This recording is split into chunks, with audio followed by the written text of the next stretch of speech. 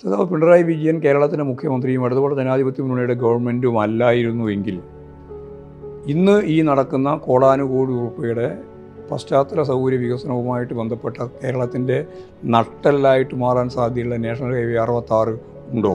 ഇവിടെ ഈ രണ്ട് തരത്തിലുള്ള വികസന മാർഗ്ഗമാണ് കാണാൻ സാധിക്കുക. ഒന്ന്, സമ്പന്നർ കൂടുതൽ സമ്പന്നരാകുന്നു. അദാനിയെയും അംബാനിയെയും ലോകത്തിലെ ഏറ്റവും വലിയ മുതലാളിമാരാക്കാൻ ശ്രമിച്ചുകൊണ്ടിരിക്കുന്നു. അത് കോൺഗ്രസും ശ്രമിച്ചു, ഇപ്പോഴും BJP ശ്രമിക്കുകയാണ്. ഇന്ത്യ സഖ്യത്തെ യഥാർത്ഥത്തിൽ ഈ കോൺഗ്രസ് തന്നെയാണ് കുളിച്ചത്. ഈ ആഭ്യന്തര വകുപ്പ് നടത്തിക്കൊണ്ടുവന്ന നയം ജനങ്ങൾക്ക് ഗുണകരമാണ് എന്ന് പാർട്ടിക്കൊരു വിലയിരുത്തലുണ്ടോ? ക്രിസ്തീയ സമൂഹത്തിൻ്റെ അകത്ത് വലിയ വർഗീയ ധ്രുവീകരണത്തിന് വേണ്ടി ശ്രമിക്കുന്ന RSSൻ്റെ തനി പകർപ്പായി പ്രവർത്തിക്കുന്നതാണ് കാസ. മുസ്ലിം ജനവിഭാഗത്തിൻ്റെ അട്ടിപ്പേർ അവകാശപ്പെട്ടുകൊണ്ട് അതിൻ്റെ ഐഡിയോളജി കൈകാര്യം ചെയ്യുന്നത് ഞങ്ങളാണ് എന്ന് ജമാഅത്ത് ഇസ്ലാമി അവകാശവാദം ഉന്നയിക്കുന്നതോടെ സെക്കുലർ മുസ്ലിമിൻ്റെ അകത്ത് വലിയ രീതിയിലുള്ള പ്രശ്നം വരും. ഏത് വിശ്വാസിയായാലും വിശ്വാസികൾ വേണം അമ്പലം ഭരിക്കാൻ, വർഗീയവാദികളല്ല. SDP ജമാഅത്തെ ഇസ്ലാമിയും മുന്നോട്ട് വെക്കുന്ന എല്ലാ അവകാശവാദങ്ങളും CPM സമ്മതിച്ചോടും. വളരെ സീരിയസ് ആയിട്ടുള്ള പ്രശ്നങ്ങൾ സഹകരണ മേഖലയിലുണ്ട്. പൊതുമേഖലാ സ്ഥാപനങ്ങൾ വിറ്റൊഴിക്കാൻ ഉദ്ദേശിക്കുന്നില്ല, പ്രവർത്തിപ്പിക്കാനേ ഉദ്ദേശിക്കുന്നുള്ളൂ. കേരളത്തിലെ മുഴുവൻ പാവപ്പെട്ടവർക്കും വീട് കൊടുക്കാൻ ഒറ്റ കൊല്ലം മതി. വ്യവസായ മന്ത്രി തന്നെ ഒരു പ്രാവശ്യം കൈമലർത്തി കാണിക്കുന്ന 1-2 യൂണിറ്റുകൾ ഞാൻ കണ്ടിട്ടുണ്ട്. സർക്കാർ സേവനത്തിന് ഫീസ് ഏർപ്പെടുത്തുക എന്നുള്ളത് എത്രത്തോളം ഒരു ഇടതുപക്ഷ നയമാണ്? ഇവിടുത്തെ പ്രതിപക്ഷം എന്ന് പറയുന്നത് യഥാർത്ഥത്തിൽ പ്രതിപക്ഷ പാർട്ടികളല്ല, പ്രതിപക്ഷത്ത് നിൽക്കുന്നത് ഇവിടുത്തെ മാധ്യമങ്ങളാണ്. 87% സമ്പത്ത് 10%-ൻ്റെ കയ്യിലാണ്. ഇതാണ് ഇന്ത്യൻ സമ്പത്ത് വ്യവസ്ഥയുടെ ചിത്രം. അതിദരിദ്രരില്ലാത്ത ഒരേ ഒരു സംസ്ഥാനമായിട്ട് കേരളം മാറാൻ പോവുകയാണ്. ആ വയനാട് ദുരന്തത്തിന് നയാ പൈസ തരാൻ ഇതുവരെ തയ്യാറായിട്ടില്ലല്ലോ. ഇപ്പോൾ അവസാനം പറയുന്നത് കടം തരാനാണ്. കടം മാർച്ച് 31-ാം തീയതി ആകുമ്പോഴേക്കും അത് ചിലവാക്കണമെന്നും. ചുരുക്കി പറഞ്ഞാൽ എന്താ പറയുക, ഒന്നും കൊടുക്കില്ല എന്നുള്ളതാണ്. അങ്ങനെ കൊടുക്കില്ല എന്ന് പറഞ്ഞാൽ അയ്യോ എന്താണ് ചെയ്യുക, വിലപിക്കുക എന്നതാണ് സാധാരണ ചെയ്യുന്നതെങ്കിൽ അതല്ല ഞങ്ങളുടെ ഉന്നം. 24ാം പാർട്ടി കോൺഗ്രസിൻ്റെ ഭാഗമായിട്ടുള്ള സംസ്ഥാന സമ്മേളനത്തിന് ശേഷം പൊതുവെ CPM ഒരു ഉത്സാഹത്തിലാണ്. 3ാം LDF സർക്കാരിനെ കുറിച്ച് സീരിയസ് ആയിട്ടുള്ള ചർച്ചകൾ തുടങ്ങിക്കഴിഞ്ഞു. അത് കഴിഞ്ഞ പാർലമെൻറ്റ് തിരഞ്ഞെടുപ്പിലുണ്ടായ വലിയ തിരിച്ചടിക്ക് ശേഷം ഒന്ന് ഉൾവലിഞ്ഞു എന്ന് പാർട്ടിയെ ഇഷ്ടപ്പെടുന്ന മനുഷ്യർക്കൊക്കെ സംശയം തോന്നിയ ഒരു ഭാഗത്തു നിന്ന് ഇപ്പോൾ മാറി വളരെ സീരിയസ് ആയിട്ട് 3ാമത്തെ സർക്കാർ എന്താണ് ചെയ്യാൻ വേണ്ടി പോകുന്നതെന്നുള്ള ഒരു ചർച്ചയിലേക്ക് പാർട്ടി മാറി എന്ന് വേണം നമ്മളിപ്പോൾ പൊതുവെ പാർട്ടി നേതൃത്വത്തിൻ്റെയും പ്രതികരണങ്ങളിൽ മനസ്സിലാക്കാൻ. ഇത്തരമൊരു ആത്മവിശ്വാസത്തിന് കാരണം എന്താണെന്നാണ് എനിക്ക് CPMൻ്റെ സമ്മേളനം തിരഞ്ഞെടുത്ത പുതിയ സെക്രട്ടറി ഗോവിന്ദൻ മാഷോട് എനിക്ക് ചോദിക്കാനുള്ളത്. എന്താണ് നിങ്ങളിപ്പോൾ പ്രകടിപ്പിക്കുന്ന ഈ വലിയ ആത്മവിശ്വാസത്തിന് കാരണം? ഞങ്ങളിപ്പോൾ പ്രകടിപ്പിക്കുന്ന മാത്രമൊന്നുമല്ല, നിങ്ങൾ പറഞ്ഞ പോലെ ഉൾവലിയുന്ന കാര്യമൊന്നും ഞങ്ങൾക്ക് ഉണ്ടായിട്ടില്ല.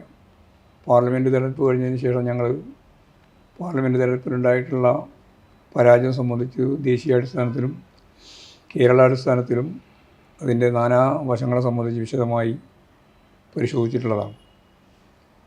കേരളത്തിലെ പാർലമെൻറ്റ് തെരഞ്ഞെടുപ്പുമായിട്ട് ബന്ധപ്പെട്ട പരാജയങ്ങൾ ഒറ്റപ്പെട്ട് നിൽക്കുന്ന ഒന്നല്ല. ഇതിനു മുമ്പും മിക്കവാറും പാർലമെൻറ്റ് തെരഞ്ഞെടുപ്പുകളിൽ ഞങ്ങൾ നല്ല രീതിയിൽ മുന്നോട്ട് ജയിക്കുകയല്ല ചെയ്യുക, തോക്കുകയാണ് ചെയ്യുന്നത്. അതിന് ദേശീയ രാഷ്ട്രീയവുമായിട്ട് ബന്ധപ്പെട്ട് ചില പരിമിതികൾ തീർച്ചയായിട്ടും ഞങ്ങൾ ഉപയോഗിക്കുന്ന അളവ് നയങ്ങളിൽ തന്നെ ഞങ്ങൾക്കുണ്ട്. ഒന്ന്, BJPയെ പരാജയപ്പെടുത്തുക എന്നുള്ളതാണ് ഞങ്ങളുടെ ഏറ്റവും പ്രധാനപ്പെട്ട ഉന്നം. BJPയെ പരാജയപ്പെടുത്തുക എന്നുള്ള ഉന്നത്തിന് ഞങ്ങൾക്ക് മാത്രം സാധിക്കുന്ന ഒന്നല്ല അത് എന്നെല്ലാവർക്കും അറിയാം. മാത്രമല്ല, ഞങ്ങൾ ഇപ്രാവശ്യം 55 സീറ്റിൽ മാത്രമേ മത്സരിച്ചിട്ടുള്ളൂ എന്നുള്ള കാര്യം നല്ല രാഷ്ട്രീയ ബോധമുള്ള കേരളത്തിലെ ജനങ്ങൾക്ക് അറിയുന്നതാണ്. BJP വിരുദ്ധ രാഷ്ട്രീയം ഫലപ്രദമായിട്ട് ജനങ്ങളുടെ മുമ്പിൽ എത്തിക്കുന്നതിൽ ഏറ്റവും പ്രധാനപ്പെട്ട പങ്ക് വഹിക്കുന്ന പാർട്ടി CPM ആണ്. അതിപ്പോൾ മാത്രമല്ല, എത്രയോ വർഷക്കാലമായിട്ട് അത് തന്നെയാണ് നില. പ്രത്യേകിച്ച് കേരളത്തിലെ സംഘർഷാത്മകമായ സാഹചര്യങ്ങൾ BJP RSS ബോധപൂർവം സൃഷ്ടിച്ച ഒരുപാട് പ്രക്രിയകളിലൂടെയാണ് കടന്ന് വന്നിട്ടുള്ളത് കേരളം. എല്ലാ സന്ദർഭത്തിലും ഞങ്ങളെ നിരവധിയായ കേഡർമാരും സഖാക്കളുമാണ് സ്വന്തം ജീവിതം തന്നെ സമർപ്പിക്കേണ്ടി വന്നിട്ടുള്ളത്. അങ്ങനെ എല്ലാ അർത്ഥത്തിലും BJPയുമായി അതിൻ്റെ രാഷ്ട്രീയവുമായി ശക്തിയായിട്ട് ഏറ്റുമുട്ടി മുന്നോട്ടേക്ക് പോകുന്ന ഒരു പാർട്ടിയും പ്രസ്ഥാനവുമാണ് കേരളത്തിലെ CPI.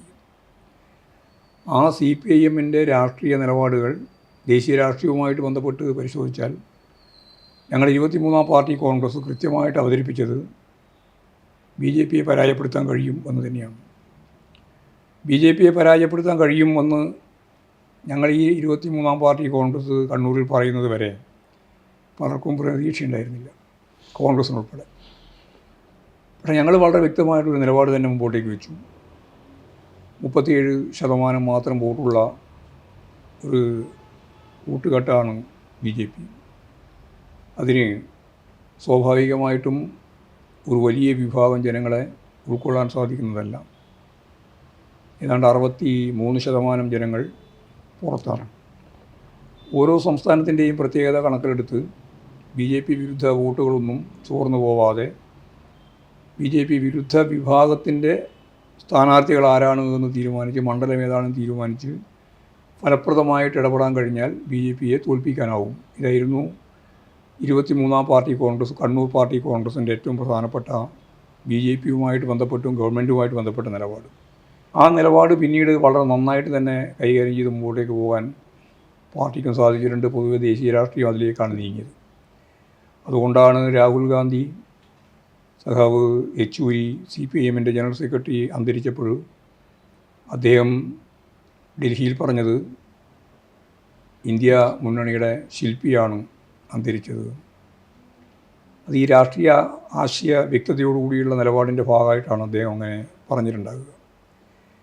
പക്ഷേ അതിൻ്റെ ഒരു പരിമിതി കേരളത്തെ സംബന്ധിച്ച് പറയുമ്പോൾ കേരളത്തിൽ ഞങ്ങൾ ഏറ്റവും ശക്തിയായിട്ട് ഏറ്റുമുട്ടേണ്ടി വരുന്നത്, രാഷ്ട്രീയ എതിരാളി എന്ന രീതിയിൽ ഏറ്റുമുട്ടേണ്ടി വരുന്നത് കോൺഗ്രസ് ആയിട്ടാണ്. ഇപ്പോൾ ഇന്ത്യയിലെ പൊതു മനസ്സ് BJPയെ തോൽപ്പിക്കുക എന്നുള്ളതാണ്.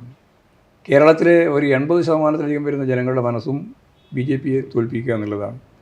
എന്നാൽ ഫലപ്രദമായിട്ട് ദേശീയ രാഷ്ട്രീയത്തിൽ ആ ചുമതല നിർവഹിക്കാൻ CPIക്കാണോ സാധിക്കുക, അല്ല CPMനാണോ സാധിക്കുക, അല്ലെങ്കിൽ ഇടതുപക്ഷ പ്രസ്ഥാനത്തിനാണോ സാധിക്കുക, അല്ല കോൺഗ്രസിനാണോ കൂടുതൽ സാധ്യത എന്ന പ്രശ്നം മത ന്യൂനപക്ഷം ഉൾപ്പെടെയുള്ള മതനിരപേക്ഷ ഉള്ളടക്കമുള്ള ജനങ്ങളെ നല്ലതുപോലെ ചിന്തിപ്പിക്കുകയും അത് കോൺഗ്രസിന് അനുകൂലമായ വോട്ടാക്കി മാറ്റുകയും ചെയ്യുന്നുണ്ട് എന്നുള്ളതാണ് 17-ാം ലോക്സഭാ തെരഞ്ഞെടുപ്പിലെയും 18-ാം ലോക്സഭാ തെരഞ്ഞെടുപ്പിലെയും നമ്മുടെ അനുഭവം. അപ്പോൾ കോൺഗ്രസ്സുകാരും അതുപോലെ തന്നെ BJPക്കാരും എല്ലാം ധരിച്ചത് ഇത് ഗവൺമെൻറ് വിരുദ്ധ വികാരമാണ്. ഇനി കേരളത്തെ സംബന്ധിച്ചിടത്തോളം യാതൊരു പ്രശ്നം ഞങ്ങൾക്കില്ല, അവർക്കില്ല, UDFനില്ല. ഞങ്ങൾ കഴിഞ്ഞ പ്രാവശ്യം 123 സീറ്റിൽ അവർക്ക് കഴിഞ്ഞ പ്രാവശ്യം ഭൂരിപക്ഷം ഉണ്ടായിരുന്നു. ഈ പ്രാവശ്യം 111 ഉള്ളുവെങ്കിലും ഞങ്ങൾക്കാണ് അടുത്ത സാധ്യത വരാൻ പോകുന്നത് എന്നുള്ള ധാരണയായിരുന്നു അവർക്കുണ്ടായിരുന്നത്. മാത്രമല്ല കേരളത്തിലുടനീളം അതിശക്തിയായ രീതിയിലുള്ള ഒരു ഗവൺമെൻറ് വിരുദ്ധ തരംഗം ഉണ്ടാകുന്നുണ്ട് എന്ന് അവർ ധരിക്കുകയും അതിനടിസ്ഥാനപ്പെടുത്തിയിട്ട് നടക്കാൻ പോകുന്ന ഉപതെരഞ്ഞെടുപ്പുകളിൽ അവർക്ക് ഈ കേരളം മുഴുവൻ അതിശക്തിയായ രീതിയിലുള്ള മുന്നേറ്റം നടത്താൻ സാധിക്കുമെന്ന് അവർ ധരിച്ചിരുന്നു. പക്ഷേ ആ ധാരണ തെറ്റായിരുന്നുവെന്ന് ചേലക്കര ഉപതെരഞ്ഞെടുപ്പോടുകൂടി അവർക്ക് ബോധ്യമായി. 10-12,000-ലധികം വോട്ടിൻ്റെ ഭൂരിപക്ഷത്തിന് ചേലക്കര നിലനിർത്താൻ സാധിച്ചു എന്നുള്ളത് ഇടതുപക്ഷ ജനാധിപത്യ മുന്നണിക്ക് അനുകൂലമാണ് കേരള രാഷ്ട്രീയമെന്നും ഇവരാഗ്രഹിക്കുന്നത് പോലെ ഭരണവിരുദ്ധ വികാരം കേരളത്തിലെ വോട്ടർമാരിൽ സ്വാധീനിക്കുന്നില്ല എന്നും വളരെ വ്യക്തതയോടുകൂടി അവർക്ക് മനസ്സിലാകുന്നതല്ല. അത് CPMനെ സംബന്ധിച്ചും CPM പ്രവർത്തകരെ സംബന്ധിച്ചും ഒരു ആത്മവിശ്വാസം ഉണ്ടാക്കില്ല ചേലക്കരയിൽ. സ്വാഭാവികമായിട്ടും നല്ല ആത്മവിശ്വാസം തന്നെയാണ് ഉണ്ടാക്കിയിട്ടുള്ളത്. കാരണം അടിസ്ഥാന വോട്ടുകൾ ചോർന്നിട്ടില്ല. ഞങ്ങളുടെ വോട്ടൊന്നും ചോർന്നിട്ടില്ല, ഞങ്ങൾക്ക് നല്ല ധാരണയുണ്ട്. അത് തിരഞ്ഞെടുപ്പിന് മുമ്പേ ഉണ്ട്. അതുകൊണ്ടാണ് ഉറപ്പായിട്ട് ഞാൻ പറഞ്ഞത് ചേലക്കര ഒരു തരത്തിലും ഞങ്ങൾക്ക് ഒരു പ്രയാസവും സൃഷ്ടിക്കുന്നതല്ല, പമ്പിച്ച രീതിയിൽ ജയിക്കുമെന്ന് ഇലക്ഷൻ മത്സരിക്കുന്ന ആ സന്ദർഭത്തിൽ ഞങ്ങൾ ചൂണ്ടിക്കാണിച്ചിട്ടുണ്ട്. ഞങ്ങൾക്ക് കൃത്യമായിട്ടുള്ള ധാരണയുണ്ടായിരുന്നു. ആ ധാരണയനുസരിച്ച് തന്നെയാണ് ഞങ്ങൾ മുന്നോട്ടേക്ക് പോയത്. സമ്മേളനത്തിൽ പ്രതിനിധികൾ, എനിക്ക് ഡീറ്റെയിൽസ് എനിക്കറിയില്ല, മാഷക്ക് പറയാവുന്നിടത്തോളം സമ്മേളനത്തിൽ പ്രതിനിധികൾ സർക്കാരിനെ കുറിച്ചുള്ള മനുഷ്യരുടെ പ്രതീക്ഷകൾ, അവരുടെ നല്ല പ്രതീക്ഷയാണ് കേരളത്തിലെ പാർട്ടിക്കകത്തുള്ളത്. പാർട്ടി ഭരണം നടത്തുന്ന സന്ദർഭത്തിലൊക്കെ പലപ്പോഴും ഒരുപാട് വിമർശനങ്ങളും അതിൻ്റെ ഭാഗമായിട്ടുള്ള ചർച്ചകളും വിമർശനവും സ്വയം വിമർശനവും ഒക്കെ പാർട്ടിക്കകത്ത് ഉണ്ടാവാറുണ്ട്. എന്നാൽ ഇപ്രാവശ്യത്തെ സമ്മേളനത്തിൻ്റെ ഭാഗമായിട്ട് പരിശോധിച്ച് നോക്കിയാൽ തുലവും കുറവായിരുന്നു അത്തരത്തിലുള്ള ഗവൺമെൻറ്റുമായിട്ട് ബന്ധപ്പെട്ട വിമർശനങ്ങളും കാര്യങ്ങളെല്ലാം. സ്വാഭാവികമായിട്ടും ജനങ്ങൾ ചിന്തിച്ചുകൊണ്ടിരുന്നത് ഒരു 2ാം ടേം ഗവൺമെൻറ് ഇടതുപക്ഷ ജനാധിപത്യ മുന്നണിക്ക് അനുകൂലമായിട്ട് വന്നു. 1ാം ടേമിൽ നിന്ന് 2ാം ടേമിലേക്കുള്ള ആ കുതിപ്പുണ്ടല്ലോ, അത് വളരെ പ്രധാനപ്പെട്ട ഒന്നാണ്. കാരണം കേരളത്തിൻ്റെ ചരിത്രത്തിൽ, സുദീർഘമായ കാല ചരിത്രത്തിൽ ഒരു തുടർ ഗവൺമെൻറ് ഉണ്ടാകുക എന്നുള്ളത് LDFനെ സംബന്ധിച്ചിടത്തോളം അസാധ്യമാണെന്നുള്ളതായിരുന്നു ധാരണ. കാരണം UDF ആയാൽ പിന്നെ LDF ആയാൽ പിന്നെ UDF, ഇങ്ങനെയായിരുന്നു ധാരണയുണ്ടായിരുന്നു. മാത്രമല്ല കഴിഞ്ഞ 17-ാം ലോക്സഭാ തെരഞ്ഞെടുപ്പിൽ അവർക്ക് 123 സീറ്റിൽ മണ്ഡലത്തിൽ ലീഡ് ഉണ്ട് താനും. അങ്ങനെയുള്ളൊരു പശ്ചാത്തലം. പിന്നെ 7-8ഓളം ഏജൻസികൾ, കേന്ദ്ര ഏജൻസികൾ അതിവിപുലമായ രീതിയിൽ കേരളത്തിലെ ഇടതുപക്ഷ ജനാധിപത്യ മുന്നണി ഗവൺമെൻറ്റിനെതിരായിട്ടുള്ള കടന്നാക്രമണം, മുഖ്യമന്ത്രിക്കെതിരായിട്ട്, മുഖ്യമന്ത്രിയുടെ കുടുംബത്തിനെതിരായിട്ട്, അതുപോലെ തന്നെ അതിൻ്റെ പരിപൂർണമായ ഉത്തരവാദിത്തം ഏറ്റെടുത്തുകൊണ്ട് പ്രചരണത്തിൻ്റെ മുൻപന്തിയിൽ നിൽക്കാൻ തയ്യാറുണ്ടായിരുന്ന മാധ്യമ ശൃംഖലകളാകെ അങ്ങനെയാണ്. യഥാർത്ഥത്തിൽ ഇവിടുത്തെ പ്രതിപക്ഷം എന്ന് പറയുന്നത് യഥാർത്ഥത്തിൽ പ്രതിപക്ഷ പാർട്ടികളല്ല, പ്രതിപക്ഷത്ത് നിൽക്കുന്നത് ഇവിടുത്തെ മാധ്യമങ്ങളാണ്. ആ മാധ്യമങ്ങളാകെ എല്ലാം ചേർന്നുകൊണ്ട് പിണറായി വിജയൻ്റെ 5 കൊല്ലം അവസാനിച്ചു എന്ന നിലയിലായിരുന്നു പ്രചരണം മുഴുവൻ നടന്നത്. ഇന്നെല്ലാം ഉള്ളതിനേക്കാളും ഇനി അവർക്ക് ഒരു കാലത്തും ആ രീതിയിലൊരു പ്രചരണം കൊണ്ടുപോകാൻ സാധിക്കാതെ അത്ര വിപുലമായ രീതിയിൽ കേന്ദ്ര ഏജൻസിയെ കൂടി ഉപയോഗിച്ച് വലിയ പ്രചാരണ വേല, ഏകദേശം ഒരു വർഷം നീണ്ടു നിൽക്കുന്ന പ്രചാരവേല നടത്തിയിട്ടുണ്ട്. ആ നടത്തിയ പ്രചാരവേലയെ യഥാർത്ഥത്തിൽ അഭിമുഖീകരിച്ചത് ആരാ? ജനങ്ങളാണ്, വോട്ടർമാരാണ്. ആ വോട്ടർമാർ ശരിയായ നിലപാട് സ്വീകരിച്ചു. ഇടതുപക്ഷ ജനാധിപത്യ മുന്നണിക്ക് അനുകൂലമായി അവർ വോട്ട് ചെയ്തു. 99 സീറ്റിൽ ജയിക്കുന്ന നില വന്നു. ആ നില മുന്നോട്ടേക്ക് വരുന്നതിന് അടിസ്ഥാനമായിട്ടുള്ള ഒരുപാട് ഘടകങ്ങളുണ്ട്. അത് കേവലമായിട്ടുള്ള രാഷ്ട്രീയം മാത്രമല്ല, വികസനം ഉൾപ്പെടെയാണ്. അതിലേറ്റവും പ്രധാനപ്പെട്ട ഒരു കാര്യം, ഇന്നിപ്പോൾ കേരളത്തിൽ എന്താണ് കേരളത്തിൽ നടന്നുകൊണ്ടിരിക്കുന്ന ഏറ്റവും പ്രധാനപ്പെട്ട വികസനമെന്ന് നിഷ്പക്ഷമായി ചിന്തിക്കുന്ന ഒരു മനുഷ്യനോട് ചോദിച്ചാൽ അവർ കേരളത്തിൻ്റെ തലപ്പാടി മുതൽ തിരുവനന്തപുരത്തിൻ്റെ അതിർത്തി വരെയുള്ള ഓരോരുത്തരും കൃത്യമായിട്ട് പറയുന്നൊരു കാര്യമുണ്ട്. അത് നാഷണൽ ഹൈവേ 66 സഖാവ് പിണറായി വിജയൻ കേരളത്തിൻ്റെ മുഖ്യമന്ത്രിയും ഇടതുപക്ഷ ജനാധിപത്യ മുന്നണിയുടെ ഗവൺമെൻറ്റും അല്ലായിരുന്നുവെങ്കിൽ ഇന്ന് ഈ നടക്കുന്ന കോടാനുകോടി രൂപയുടെ പശ്ചാത്തല സൗകര്യ വികസനവുമായിട്ട് ബന്ധപ്പെട്ട കേരളത്തിൻ്റെ നട്ടെല്ലായിട്ട് മാറാൻ സാധ്യതയുള്ള നാഷണൽ ഹൈവേ 66 ഉണ്ടോ? ഇല്ല എന്നുള്ളത് വളരെ വ്യക്തമല്ലേ. അത് ഞങ്ങൾക്ക് ഭൂമി ഏറ്റെടുക്കാൻ സാധിക്കില്ല. ലീഗും അതുപോലെ കോൺഗ്രസ് ഉൾപ്പെടെ ഒരു തരത്തിലുള്ള റിസ്ക് ഞങ്ങൾക്ക് കഴിയില്ല. അതുകൊണ്ട് ഫയൽ തന്നെ മടക്കിയിട്ട് നാഷണൽ ഹൈവേ ഇവിടെ വേണ്ടാന്ന് തീരുമാനിച്ച് പോയവരാണ്. ആ ഒറ്റ ഒരു കാര്യം മതിയല്ലോ കേരളത്തെ സംബന്ധിച്ചിടത്തോളം ഈ രാജ്യത്തിന് മുമ്പിൽ അവതരിപ്പിക്കാൻ കഴിയുന്ന വികസനത്തിൻ്റെ മാതൃക എന്താണെന്ന്. അത് മാത്രമല്ല, ഒരിക്കലും എനിക്ക് തോന്നുന്നു ശ്രീ പിണറായി വിജയൻ ഡൽഹിയിൽ ചെന്നപ്പോൾ ഈ നാഷണൽ ഹൈവേയുടെ മന്ത്രി നിതിൻ ഗഡ്കരി ഉദ്യോഗസ്ഥന്മാരോട് ചോദിക്കുകകൂടി ചെയ്തു എന്നാണ് പറയുന്നത്. ഒരു മുഖ്യമന്ത്രി ഒരു റോഡിന് വേണ്ടി എത്ര പ്രാവശ്യം ഈ ഓഫീസുകൾ കയറി ഇറങ്ങണമെന്നുള്ളത് അതൊരു ഒരു ഒരു നിശ്ചയദാർഢ്യത്തോടുകൂടി ഒരു പെർസ്യൂട്ടായിരുന്നുള്ള ഒരു വസ്തുത. പക്ഷേ ഞാനെപ്പോഴും പലപ്പോഴും ശ്രദ്ധിക്കുന്ന ഒരു കാര്യം, നാഷണൽ ഹൈവേയുടെ കാര്യം എല്ലാ കമ്മ്യൂണിസ്റ്റുകളും പറയുന്നുണ്ട്. പക്ഷേ നിങ്ങൾ ലൈഫ് മിഷൻ എന്നത് 4.5 ലക്ഷം വീടുകൾ പണിതു എന്നുള്ളത് മാഷായാലും പറയുന്നത് ഞാൻ എല്ലാ സ്ഥലത്തും പറയാറുണ്ട്. 6 ലക്ഷം വീട്ടിലേക്ക് പോവുകയാണ്. 4-5 ലക്ഷം ഇപ്പം പൂർത്തിയായിട്ടുണ്ട്. ഞാൻ പറഞ്ഞു വരുന്നത് വികസന പ്രവർത്തനത്തിൻ്റെ മുഴുവൻ ആളുകളും കാണുന്നതാണ്. മറ്റേ ഈ 4 ലക്ഷം 5 ലക്ഷം കുടുംബങ്ങൾ മാത്രം അഭിമുഖീകരിക്കുന്നതാണ്, അല്ലെങ്കിൽ അഭിമുഖീകരിക്കുന്നതാണ്. ഇത് കേരളത്തിലെ ഇടതുപക്ഷ ജനാധിപത്യ മുന്നണി ഗവൺമെൻറ് ഇല്ലായിരുന്നുവെങ്കിൽ നാഷണൽ ഹൈവേ ഇല്ലല്ലോ. ഇല്ല. ഗയൽ പദ്ധതിയുടെ ഭാഗമായിട്ടുള്ള പൈപ്പ് ലൈൻ ഗ്യാസ് പോവില്ലല്ലോ കോയമ്പത്തൂർ മംഗലാപുരത്തേക്ക്. അതുപോലെ തന്നെ ഇപ്പോൾ തന്നെ നമ്മളിപ്പം കണ്ടിട്ടുള്ള 2 ദേശീയ പാതകൾ വേറെയുണ്ട്. മലയോര പാതയും അതുപോലെ തന്നെ തീരദേശ പാതയും. അതുണ്ടാവില്ലല്ലോ. അതുപോലെ കുടംകുളത്തു നിന്നുള്ള വൈദ്യുതി ലൈൻ കൊച്ചിയിലെത്തൂലല്ലോ. ഇല്ല ഇല്ല. ഈ കേരളത്തിലെ ഈ പറയുന്ന പോലെ 4-5 ലക്ഷത്തോളം വരുന്ന പാവപ്പെട്ട മനുഷ്യർക്ക് തലചായ്ക്കാൻ ഇടം നൽകുന്ന ലൈഫ് പദ്ധതി നടപ്പിലാവില്ലല്ലോ. ഈ കേരളത്തിലെ വിദ്യാഭ്യാസ മേഖലയിൽ ഇതുപോലൊരു ഇൻഫ്രാസ്ട്രക്ചറോട് കൂടിയിട്ടുള്ള ഡെവലപ്മെൻറ്റ്സ് ചരിത്രത്തിൽ ആരും പ്രതീക്ഷിച്ചില്ലല്ലോ. അതുപോലെ ആശുപത്രി, അതുപോലെ തന്നെ മറ്റ് വിവിധ തലങ്ങളിലുള്ള റോഡ്, പാലം, അതുപോലെയുള്ള വിവിധ തരങ്ങളിലുണ്ടായി ഏതാണ്ട് ഇപ്പം കൂടി നോക്കുമ്പോൾ 90,000 കോടി രൂപയുടെ വികസന പ്രൊജക്റ്റ് കിഫ്ബിയുടെ ഭാഗമായിട്ട് ആലോചിക്കില്ലല്ലോ. അപ്പോൾ ഞാൻ പറഞ്ഞു വരുന്നത് അതുപോലെ തന്നെ വ്യാവസായിക മേഖലയിലുള്ള ഈ പുതിയ മാറ്റം, ഇന്ത്യയിൽ തന്നെ ഏറ്റവും കൂടുതൽ സംരംഭകരെ സൃഷ്ടിക്കാൻ സാധിക്കുന്ന ഒരു സംസ്ഥാനമായി കേരളം മാറില്ലല്ലോ. അപ്പോൾ ഇങ്ങനെയുള്ള എല്ലാ പശ്ചാത്തല സൗകര്യങ്ങളും ഉണ്ട്, രൂപപ്പെട്ടിട്ടുണ്ട്. അപ്പോൾ കേന്ദ്ര ഗവൺമെൻറ് കേരളത്തെ അവഗണിക്കുക, കേരളത്തിന് നൽകേണ്ടത് തരാതിരിക്കുക, നമ്മളെ കൂടുതൽ പ്രയാസപ്പെടുത്തുന്ന സാമ്പത്തിക നിലപാടുകൾ സ്വീകരിക്കുക, അതിൻ്റെ ഒപ്പം UDF നിൽക്കുക, ഇതെല്ലാം ചേർന്നാണ് ഇപ്പോൾ ഉള്ളത്. എന്നാൽ ഇതിനെ നമുക്കെങ്ങനെയാണ് ഇത് അങ്ങനെയാണെന്ന് പറഞ്ഞിട്ട് നിൽക്കുകയല്ല ഞങ്ങൾ ചെയ്തത്. കേരളം ചെയ്തത് കേന്ദ്ര ഗവൺമെൻറ് ഞങ്ങൾക്ക് സാമ്പത്തിക സഹായം നൽകുന്നില്ല, ഞങ്ങൾക്ക് പെൻഷൻ കൊടുക്കാനാവുന്നില്ല, ഞങ്ങൾക്ക് ഒരു കാര്യവും ചെയ്യാനാവില്ല എന്ന് പറഞ്ഞ് നിൽക്കുകയല്ല കേരളം ചെയ്തത്. എന്താണ് ബദൽ മാർഗം? ബദൽ മാർഗത്തിൽ ഏറ്റവും പ്രധാനപ്പെട്ട ഒന്നായിരുന്നു ആദ്യഘട്ടത്തിലുള്ള 1ാമത്തെ ടേമിലുള്ള കിഫ്ബി. ഞാൻ ഈ പറഞ്ഞ പോലെ അന്നേരം തന്നെ 65,000 കോടി രൂപയുടെ വികസന പ്രവർത്തനം നടന്നു. ഇപ്പം ബാക്കിയുള്ളത് ഇപ്പോൾ 35,000-ഓളം കോടി. അതിന് പരിമിതി വന്നു. കാരണം എന്താ, കടം വാങ്ങുന്നത് കേരള ഗവൺമെൻറ്റിൻ്റെ കടത്തിൽ ഉൾപ്പെടുത്തുമെന്ന് പറഞ്ഞപ്പോൾ നമുക്ക് കടം വാങ്ങാനുള്ള പരിമിതി അതിൻ്റെ ഭാഗമായിട്ട് കൂടി ഉണ്ടായി. പക്ഷേ അതിനെ നമ്മൾ അഭിമുഖീകരിക്കുന്നത് എങ്ങനെയാണെന്ന് നമ്മൾ ആലോചിച്ചു. അങ്ങനെ ആലോചിച്ചപ്പോഴാണ് ഇപ്പോൾ ഞങ്ങൾ കണ്ടത് അതിലേറ്റവും പ്രധാനപ്പെട്ട ഒന്നാണ് സ്വയം സംരംഭകരെ കണ്ടെത്തുക എന്നുള്ളത്. ഒരു 2-3 ലക്ഷത്തിലധികം സ്വയം സംരംഭകരെ കണ്ടെത്താനായി. അത് ഇന്ത്യക്ക് മുമ്പിൽ ഒരു മാതൃകയായി. കേരളം പോലുള്ള സംസ്ഥാനത്ത് 3 ലക്ഷത്തിലധികം വരുന്ന സംരംഭക പ്രവർത്തനത്തിൻ്റെ ഭാഗമായിട്ടുള്ള ആളുകൾ മുമ്പോട്ടേക്ക് വരികയാണ്.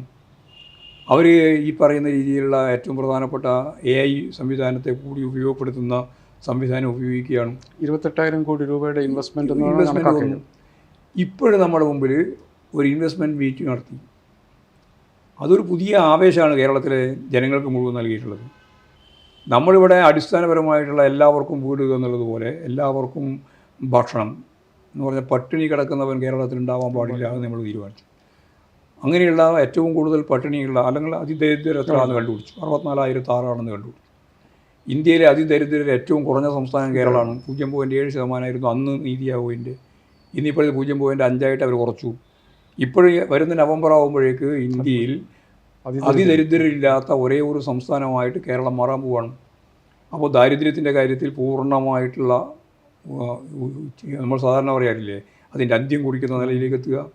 വീട് വേണ്ടവർക്ക് മുഴുവൻ വീട്, ഗരീബ് ഘടാവോ അത് നടപ്പിലാക്കി. ഇങ്ങനെ ഓരോന്ന് പരിശോധിച്ച് നോക്കിയാൽ കേരളം അതിവേഗം മുന്നോട്ട് പോവുകയാണ്. വിദ്യാഭ്യാസ മേഖല പണ്ട് EMS പറഞ്ഞ പോലെ കോൺഗ്രസ്സുകാർ ചെയ്യുമെന്ന് പറഞ്ഞത് അവർ ചെയ്യാത്തതുമായ കാര്യമാണ് ഞങ്ങൾ ചെയ്യുന്നത് പറഞ്ഞത് വളരെ കറക്റ്റാണ്. അപ്പോൾ ഇടതുപക്ഷ ജനാധിപത്യ മുന്നണി ഗവൺമെൻറ് ചെയ്യാൻ പോകുന്ന കാര്യങ്ങളെ സംബന്ധിച്ചുള്ള ഒരു രൂപരേഖ അവതരിപ്പിക്കുകയല്ല ചെയ്തത്, എന്തൊക്കെ ചെയ്യുമെന്ന് കാണിച്ചു കൊടുക്കുക ചെയ്ത്. അങ്ങനെ കാണിച്ചു കൊടുത്തതിൻ്റെ ഭാഗമായിട്ടാണ് ഞാൻ ഈ പറഞ്ഞത്. അതിദാരിദ്ര്യം അവസാനിപ്പിക്കുക, വിദ്യാഭ്യാസ മേഖലയിലുള്ള ലോകോത്തരമായ നമ്മുടെ ഒരു ഹബ്ബാക്കിയിട്ട് വിജ്ഞാന കേരളത്തെ മാറ്റാനുള്ള കഴിവ്, വിജ്ഞാന സമ്പത്ത് വ്യവസ്ഥ. അതാണ് ഞാൻ നേരത്തെ പറഞ്ഞ ഈ പറയുന്ന വളരെ ചെറിയ സംരംഭങ്ങളിൽ പോലും വിജ്ഞാനം ഒരു മൂലധനമായിട്ട് ഉപയോഗിച്ച് മുമ്പോട്ടേക്ക് പോകാനുള്ള സ്റ്റാർട്ടപ്പ് മിഷൻ, 15,000 സ്റ്റാർട്ടപ്പ് മിഷനുകളെ രൂപപ്പെടുത്താനുള്ള ശ്രമം. ഇങ്ങനെ എല്ലാ തലങ്ങളിലും നമ്മൾ ആധുനിക പശ്ചാത്തലം ഉപയോഗിച്ച് മുഴുവൻ ഹൈഡ്രജൻ ഇന്ധനമായിട്ട് ഉപയോഗിക്കാനുള്ള ശ്രമം. അതുപോലെ തന്നെ വളരെ ഏറ്റവും അവസാനത്തെ ടെക്നോളജി ഉൾപ്പെടെ ഉപയോഗിച്ചുകൊണ്ട് കേരളത്തിൽ പുതിയ സംവിധാനത്തിലേക്ക് നമ്മൾ പോകാനുള്ള എല്ലാ നീക്കവും നടത്തിക്കൊണ്ടിരിക്കുകയാണ്. അതാണ് നമ്മൾ എറണാകുളത്തും കൊച്ചിയിലും ഒക്കെയുള്ള ഒരു പുതിയ മൂലധന നിക്ഷേപം ഉൾപ്പെടെ കാണാൻ കഴിയുക. ഈ പരിസ്ഥിതിയിൽ നമുക്ക് എന്താ വേണ്ടേ? കേരളത്തിൽ വേണ്ടത് എന്താ? തൊഴിലില്ലായ്മയാണ്. ഇന്ത്യയിൽ ഏറ്റവും കൂടുതൽ തൊഴിലില്ലാത്ത യുവാക്കളുടെ നാട് കേരളമാണെന്നാണ് പറയുക. അത് നമ്മൾ ആക്ഷേപിക്കാൻ പറയുന്ന ഒരു കാര്യമാണ്. അത് ആക്ഷേപമല്ല. ഇന്ത്യയിലെ മറ്റിതര സംസ്ഥാനങ്ങളിൽ നിന്ന് വ്യത്യസ്തമായിട്ട് കേരളത്തിൽ ഇപ്പോഴുള്ള എന്ന് പറഞ്ഞാൽ 57 EMSൻ്റെ ഗവൺമെൻറ് കാലത്ത് അക്ഷരാഭ്യാസം ഇല്ലാത്തവരായിരുന്നു വലിയ വിഭാഗം, കുട്ടികൾ ഉൾപ്പെടെ. EMS ആണ് പറഞ്ഞത് എല്ലാവരും സ്കൂളിലേക്ക് പോകാൻ. സ്കൂളിലേക്ക് വന്നോന്ന് പറഞ്ഞാൽ ആരും സ്കൂളിൽ പോകില്ല. സ്കൂൾ കഞ്ഞിയുണ്ടെന്ന് പറഞ്ഞപ്പോഴാണ് സ്കൂളിലേക്ക് പോയത്. കാരണം പട്ടിണിയാണ് പൊതുവെ വീട്ടിലും നാട്ടിലുമൊക്കെ. ആ പട്ടിണിയിൽ നിന്ന് ഒരു നേരം രക്ഷപ്പെടാൻ വേണ്ടിയിട്ട് കുട്ടികളെ സ്കൂളിലേക്ക് അയക്കാനും കുട്ടികൾ സ്കൂളിൽ പോകാൻ തുടങ്ങി. ആ തലമുറ തുടങ്ങി. ഇന്ന് അവരുടെ മക്കളുമായി മൂന്നാമത്തെ തലമുറയായി. ഈ മൂന്നാമത്തെ തലമുറ സൂക്ഷ്മമായിട്ട് പരിശോധിച്ച് നോക്കും നിങ്ങൾ. അവർ ഇന്ത്യയിൽ ഒരു സംസ്ഥാനത്തും ഇല്ലാത്ത രീതിയിൽ പട്ടികജാതി, പട്ടികവർഗം, പിന്നോക്ക സമുദായം, OEC, OBC, മുന്നോക്കത്തിലെ പിന്നോക്കം, ന്യൂനപക്ഷ വിഭാഗം ഉൾപ്പെടെ എല്ലാറ്റിലും എല്ലാ വീട്ടിലും ഉന്നത വിദ്യാഭ്യാസം നേടിയവരാണുള്ളത്. ഇത് ഈ ഇന്ത്യയിൽ ഒരു സംസ്ഥാനത്തും അറിയില്ല. എല്ലാ സംസ്ഥാനത്തിലും അഭ്യസ്തവിദ്യരായ യുവാക്കളുണ്ട്. പക്ഷേ അവരെല്ലാം പ്രമാണിമാരുടെ മക്കളായിരിക്കും. അവരൊക്കെ ഭൂപ്രമാണിൻ്റെ മക്കളായിരിക്കും. ഇന്ത്യൻ ജനസംഖ്യയിൽ 30 കോടിയോളം വരുന്ന മനുഷ്യർക്ക് ഇതൊന്നും ആശ്രയിക്കാനേ ആയിട്ടില്ല. ഇവിടെ ഈ പാവപ്പെട്ട മുഴുവൻ മനുഷ്യർക്കും ഉന്നത വിദ്യാഭ്യാസം നേടാൻ സാധിക്കുന്ന സാഹചര്യം ഉള്ളതുകൊണ്ടാണ് ഉന്നത വിദ്യാഭ്യാസം നേടുന്ന ഏറ്റവും വലിയൊരു ശൃംഖല ഈ കേരളത്തിലുള്ളതാണ്. ഇത് ഇനി എത്രയോ കൊല്ലം കഴിഞ്ഞാലും ഇന്ത്യൻ സംസ്ഥാനങ്ങളിൽ നടപ്പിലാക്കാൻ സാധിക്കില്ല. ഒരു വർഗം ഈ ഇന്ത്യയിൽ ഇല്ലാതായ ഒരേ ഒരു സംസ്ഥാനം കേരളമാണ്. ഒരു വർഗം കേരളത്തിലില്ല. അത് ജന്മിവർഗമാണ്. ജന്മിത്വം അവസാനിപ്പിച്ച ഇന്ത്യയിലെ ഒരേ ഒരു സംസ്ഥാനം. അത് ജനാധിപത്യ വിപ്ലവത്തിൻ്റെ ഭാഗമാണ്. ജനാധിപത്യ വിപ്ലവത്തിൻ്റെ ഭാഗമായിട്ട് നടന്ന ഭൂപ്രഭുത്വം അവസാനിപ്പിക്കുന്നതിൻ്റെ ഭാഗമായിട്ട് ജന്മിത്വം അവസാനിപ്പിച്ച സംസ്ഥാനം കേരളമാണ്. ഈ ജന്മിത്വം അവസാനിപ്പിച്ചാൽ സ്വാഭാവികമായിട്ട് ഉണ്ടാവാൻ സാധ്യതയുള്ളത് ഒരു ഇടത്തരം ജനവിഭാഗത്തിൻ്റെ വളർച്ചയാണ്. അത് കേരളത്തിൽ സംഭവിച്ചിട്ടുണ്ട്. അതിൻ്റെ ഐഡിയോളജി സൂക്ഷ്മമായി പരിശോധിച്ചാൽ ബൂർഷ്വ ഐഡിയോളജിയാണ്. അപ്പോൾ ആ ബൂർഷ്വ ഐഡിയോളജിക്ക് സ്വമേധയാ വളരാനുള്ള മണ്ണൊരുക്കുന്ന ഈ ഇന്ത്യയിലെ ഒരു സംസ്ഥാനമായ കേരളത്തിൽ അതിനു പകരം ഇടതുപക്ഷ രാഷ്ട്രീയത്തിന് മുൻകൈ കിട്ടാൻ സാധിക്കത്തക്ക രീതിയിൽ അതിനെ രൂപാന്തരപ്പെടുത്തി എന്നുള്ളതാണ് കേരളത്തിലെ ഇടതുപക്ഷത്തിൻ്റെ ഏറ്റവും പ്രധാനപ്പെട്ട സവിശേഷത. അതിൻ്റെ ബെനിഫിറ്റ് ഏറ്റവും ദരിദ്രരായ മനുഷ്യർക്ക് കൂടി എല്ലാ ജനവിഭാഗങ്ങൾക്കും ഏറ്റവും പാവപ്പെട്ട ജനവിഭാഗങ്ങൾക്ക് നൽകിക്കൊണ്ടാണ് ആ നേട്ടം ഉണ്ടാക്കിയിട്ടുള്ളത്. ഇവിടെ ഈ രണ്ട് തരത്തിലുള്ള വികസന മാർഗ്ഗം കാണാൻ സാധിക്കുക. ഒന്ന്, സമ്പന്നർ കൂടുതൽ സമ്പന്നരാകുന്നു. അദാനിയെയും അംബാനിയെയും ലോകത്തിലെ ഏറ്റവും വലിയ മുതലാളിമാരാക്കാൻ ശ്രമിച്ചുകൊണ്ടിരിക്കുന്നു. അത് കോൺഗ്രസും ശ്രമിച്ചു, ഇപ്പോഴും BJP ശ്രമിക്കുകയാണ്. അവരുടെ ഉന്നതാണ്. അപ്പോൾ സംഭവിച്ചുകൊണ്ടിരിക്കുന്നത് സമ്പത്തിൻ്റെ കേന്ദ്രീകരണം ഒരു ഭാഗത്ത്, മറുഭാഗത്ത് 50% മനുഷ്യരുടെ കയ്യിലാകെ 3% സ്വത്തേ ഉള്ളൂ. 87% സമ്പത്ത് 10%ൻ്റെ കയ്യിലാണ്. ഇതാണ് ഇന്ത്യൻ സമ്പത്ത് വ്യവസ്ഥയുടെ ചിത്രം. അതിൽ നിന്ന് തികച്ചും വ്യത്യസ്തമായൊരു ചിത്രമാണ് കേരളം കൈകാര്യം ചെയ്യുന്നത്. ഇവിടെ ഏറ്റവും ദുർബലരായ ജനവിഭാഗങ്ങളുടെ ജീവിതം മെച്ചപ്പെടുത്തുക, ദാരിദ്ര്യം, പട്ടിണി അവസാനിപ്പിക്കുക. ഞാനത് ശ്രദ്ധിച്ചിട്ടുണ്ട്. അതായത് കേരളത്തെക്കാൾ കൂടുതൽ പെർ ക്യാപിറ്റ GDP ഉള്ള സംസ്ഥാനങ്ങൾ ഇപ്പോൾ തമിഴ്നാട്, തെലങ്കാന, ഗുജറാത്ത്, പഞ്ചാബ്. പക്ഷേ മനുഷ്യരുടെ ഹ്യൂമൻ ഡെവലപ്മെൻറ്റ് ഇൻഡെക്സ് വെച്ച് കഴിയുമ്പോൾ അത് വെച്ച് നോക്കുമ്പോൾ കേരളം മുമ്പിൽ വളരെ മുമ്പിലാണ്. നമ്മൾ ഡിസ്ട്രിബ്യൂട്ട് ചെയ്ത കാര്യത്തിൽ കൂലി, വരുമാനം, ശമ്പളം, ഇക്കാര്യങ്ങളെല്ലാം കൂടുതൽ പരിശോധിച്ച് നോക്കിയാൽ കേരളം വളരെ വളരെ മുമ്പിലാണ്. ഇവരൊക്കെ എല്ലാം മുമ്പിൽ. അതുപോലെ തന്നെ ശിശുമരണ നിരക്ക് വളരെ കുറവാണ്. അതുപോലെ മരണനിരക്ക് തന്നെ നല്ലതുപോലെ കുറവാണ്. ശിശുമരണ നിരക്ക് കുറഞ്ഞതിനെക്കുറിച്ചും ഞാൻ ശ്രദ്ധിച്ചിട്ടുണ്ട്. ഹൃദയം പ്രോജക്റ്റ് വരുമ്പം ഈ നമ്മളുടെ ഒരു 8-9 ഒക്കെ നിൽക്കുകയായിരുന്നു. അപ്പം വീണ്ടും ആ മരണനിരക്ക് എങ്ങനെ കുറയ്ക്കണം എന്ന് അന്വേഷിച്ചതിൻ്റെ ഫലമായിട്ടാണ് വീണ്ടും നമ്മളത് കുറച്ചത്. അങ്ങനെയാണ് ഹൃദയം പ്രോജക്റ്റ് ഉണ്ടായി. അപ്പോൾ ഹൃദയം പ്രോജക്റ്റ് വരുന്നതിൻ്റെ ബാക്ക്ഗ്രൗണ്ട് എന്താണെന്ന് വെച്ചിട്ടുണ്ടെങ്കിൽ പണക്കാരായ പണം ഉണ്ടെങ്കിൽ പോലും ചികിത്സ സമയത്ത് കിട്ടാതെ കുഞ്ഞുങ്ങൾ മരിക്കുന്ന ഒരവസ്ഥയുണ്ടായിരുന്നു. അപ്പം അത് ഓവർകം ചെയ്യാൻ വേണ്ടിയിട്ട് ഒരു എത്രത്തോളം ശ്രദ്ധ ഒരു സംസ്ഥാന സർക്കാർ കൊടുത്തു എന്നുള്ളൊരു ഉദാഹരണമായിട്ട് കേരളത്തിൻ്റെ പദ്ധതി അങ്ങനെയാണ്. അപ്പോൾ ശിശുമരണ നിരക്ക് കുറവ്, മരണനിരക്ക് തന്നെ കുറവ്, ലൈഫ് എക്സ്പെക്ടൻസി, ആയുസിൻ്റെ ദൈർഘ്യം വളരെ കൂടുതൽ. ലോകത്തിലെ വികസിത രാജ്യങ്ങൾക്കൊപ്പമാണ് ഏതാണ്ട് കേരളത്തിലെ 75. അതിപ്പോൾ 80-85 കണക്കെല്ലാം അങ്ങനെയാണ്. ഒരു 80-85 വയസ്സ് കഴിയാണ്ട് മരിക്കുന്നില്ല. അല്ലെങ്കിൽ ഒരു ക്യാൻസറോ അല്ലെങ്കിൽ ആക്സിഡൻറ്റോ ഒക്കെ വേണം, അല്ലെങ്കിൽ ഏതെങ്കിലും ഈ നേരത്തെ പറഞ്ഞ പോലെ കോവിഡ് പോലുള്ള മഹാമാരി. അപ്പം നമുക്ക് കേരളത്തിന് ഒരു പുതിയ ജീവിതക്രമം രൂപപ്പെട്ടു വന്നിട്ടുണ്ട്. ആ ജീവിതക്രമത്തെ ഇനിയും നമുക്ക് എങ്ങനെ മെച്ചപ്പെടുത്താൻ കഴിയുമെന്ന് നമ്മൾ ആലോചിക്കുന്നത്. അപ്പോൾ അതിനെന്ത് വേണം?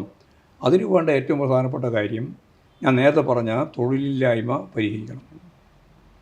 തൊഴിലില്ലായ്മ പരിഹരിക്കാനാവില്ല എന്നായിരുന്നു ഞാനൊക്കെ DYFIയുടെയൊക്കെ പ്രവർത്തകനായി നടന്നു കേരളത്തിൽ മുഴുവൻ ഒരു ദാർശനിക തലത്തിൽ തന്നെ പ്രസംഗിച്ചിരുന്നത്. മുതലാളിത്തത്തിൻ്റെ ഉൽപ്പന്നമാണ് തൊഴിലില്ലായ്മ. അപ്പോൾ തൊഴിലില്ലായ്മ എപ്പോഴാണ് അവസാനിക്കുക? മുതലാളിത്തം എപ്പോഴാണോ അവസാനിക്കുന്നത് അന്ന് മാത്രമേ തൊഴിലില്ലായ്മ അവസാനിപ്പിക്കാനാവുള്ളൂ എന്നൊക്കെ എത്രയോ പൊതുയോഗങ്ങളിലും അതുപോലെ തന്നെ ക്ലാസ്സുകളിലും പ്രസംഗിക്കുകയും ക്ലാസ് എടുക്കുകയും ചെയ്തിട്ടുള്ള ഒരാളാണ് ഞാൻ.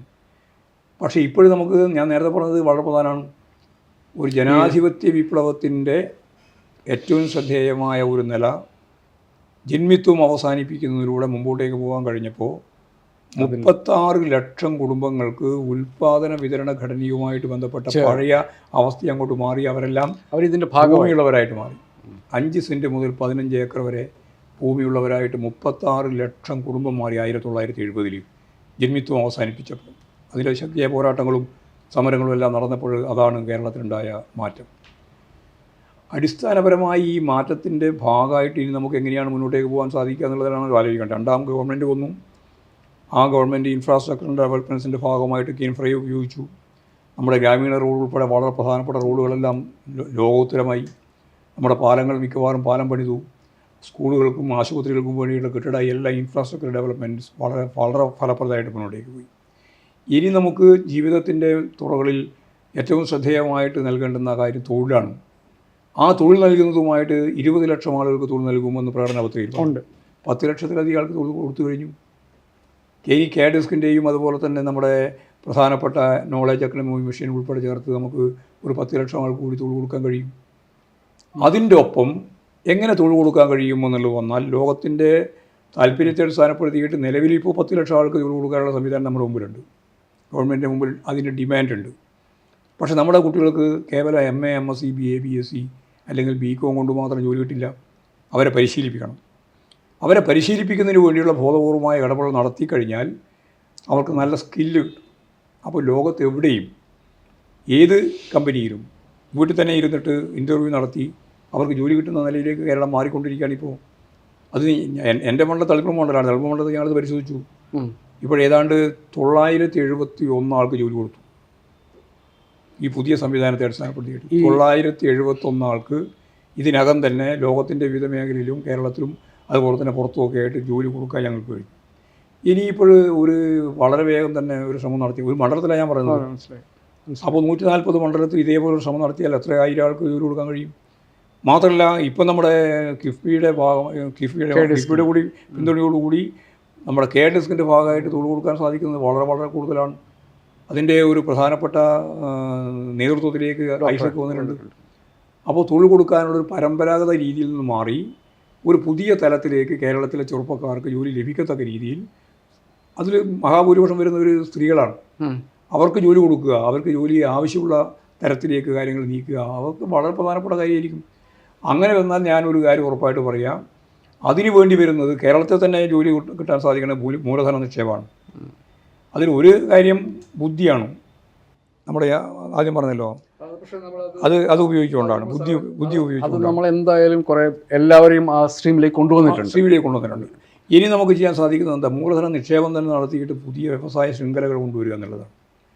ഇപ്പോൾ വിഴിഞ്ഞം പദ്ധതിക്ക് ഇവരെതിരായിരുന്നല്ലോ. വിഴിഞ്ഞം പദ്ധതി ഒരു ഇഞ്ച് മുന്നോട്ടേക്ക് പോകാൻ അനുവദിക്കില്ല എന്ന് ഇവരെല്ലാം പ്രസംഗിച്ചാണ്. ഞങ്ങൾ ഉറച്ച നിലപാട് സ്വീകരിച്ചു, പാർട്ടി ഉറച്ച നിലപാട് സ്വീകരിച്ചു, ഗവൺമെൻറ് ഉറച്ച നിലപാട് സ്വീകരിച്ചു. ഇതിൽ നിന്ന് പിന്നോട്ടേക്ക് പോകുന്ന പ്രശ്നമില്ല. അതിനെക്കുറിച്ച് ചില റിസർവേഷൻസ് ഒരു റിസർവേഷൻ ഉണ്ടായില്ല. ആദ്യം റിസർവേഷൻ ഉണ്ടായിരുന്നു. അതുണ്ടാക്കിയ കരാറുമായി ബന്ധപ്പെട്ടതാണ്. പക്ഷേ അതിൻ്റെ പ്രവർത്തനം ആരംഭിച്ചു കഴിഞ്ഞാൽ റിസർവേഷൻ വെച്ചിട്ട് കാര്യമില്ലല്ലോ. ആ പ്രൊജക്റ്റ് ഉണ്ടാകുക എന്നുള്ളതിൽ ലോകോത്തരമായ ഒരു തുറമുഖം, കേരളത്തിലെ അല്ല ഇന്ത്യയിലെ ഒരു തുറമുഖത്തെ പറ്റിയല്ല പറയുന്നത്, ലോകത്ത് തന്നെ ഏറ്റവും ശ്രദ്ധേയമായ ഒരു തുറമുഖം ഉണ്ടാവുക എന്നത് കേരളത്തിൻ്റെ ആവശ്യമായിരുന്നു. കരാർ സംസ്ഥാന താല്പര്യത്തിന് വിരുദ്ധമായിരുന്നു. അന്നും വിരുദ്ധാണ്, ഇന്നും വിരുദ്ധാണ് ഞങ്ങൾ ഉറപ്പിച്ച് പറഞ്ഞിട്ടുണ്ട്. പക്ഷേ ആ വിരുദ്ധതയുണ്ടെങ്കിലും കേരളത്തിൻ്റെ ഒരു വലിയ പ്രൊജക്റ്റാണല്ലോ അത്. ആഴം കൂടിയ, ലോകത്ത് തന്നെ ആഴം കൂടിയ ഏറ്റവും പ്രധാനപ്പെട്ട ഒരു തുറമുഖമാകുക. കപ്പൽ താരയിൽ നിന്ന് ഏതാണ്ട് 12 നോട്ടിക് മൈൽ മാത്രം ദൂരെയാകുക. 24 മീറ്റർ ആഴം എന്ന് പറയുക. ലോകത്തിൽ ഏത് കപ്പലിനും വന്ന് ചേരാനും സാധിക്കുന്ന അത്ര പശ്ചാത്തല സൗകര്യം ഉണ്ടാകുക. ഇതൊക്കെ പ്രകൃതിദത്തമായിട്ട് തന്നെ ഉണ്ടായിട്ടുള്ളൊരു സാഹചര്യമാണ്. അതിനെ പൂർണ്ണമായിട്ട് ഉപയോഗിച്ചുകൊണ്ട് ഉദ്ഘാടനത്തിന് മുമ്പ് തന്നെ ലോകത്തിലെ ഏറ്റവും പ്രധാനപ്പെട്ട തുറമുഖങ്ങളിലൊന്നായിട്ട് ഇപ്പോൾ മാറിയിട്ടുണ്ട്. ഇനി ഇതിനെ തിരുവനന്തപുരത്തും അതുപോലെ തന്നെ കൊല്ലം, ഈ 2 ജില്ലകളിലെ അതിവിപുലമായ വളർച്ചയ്ക്ക് സഹായകരമാകുന്ന സമീപനമാണ് ഇപ്പോൾ ഗവൺമെൻറ് സ്വീകരിക്കുന്നത്.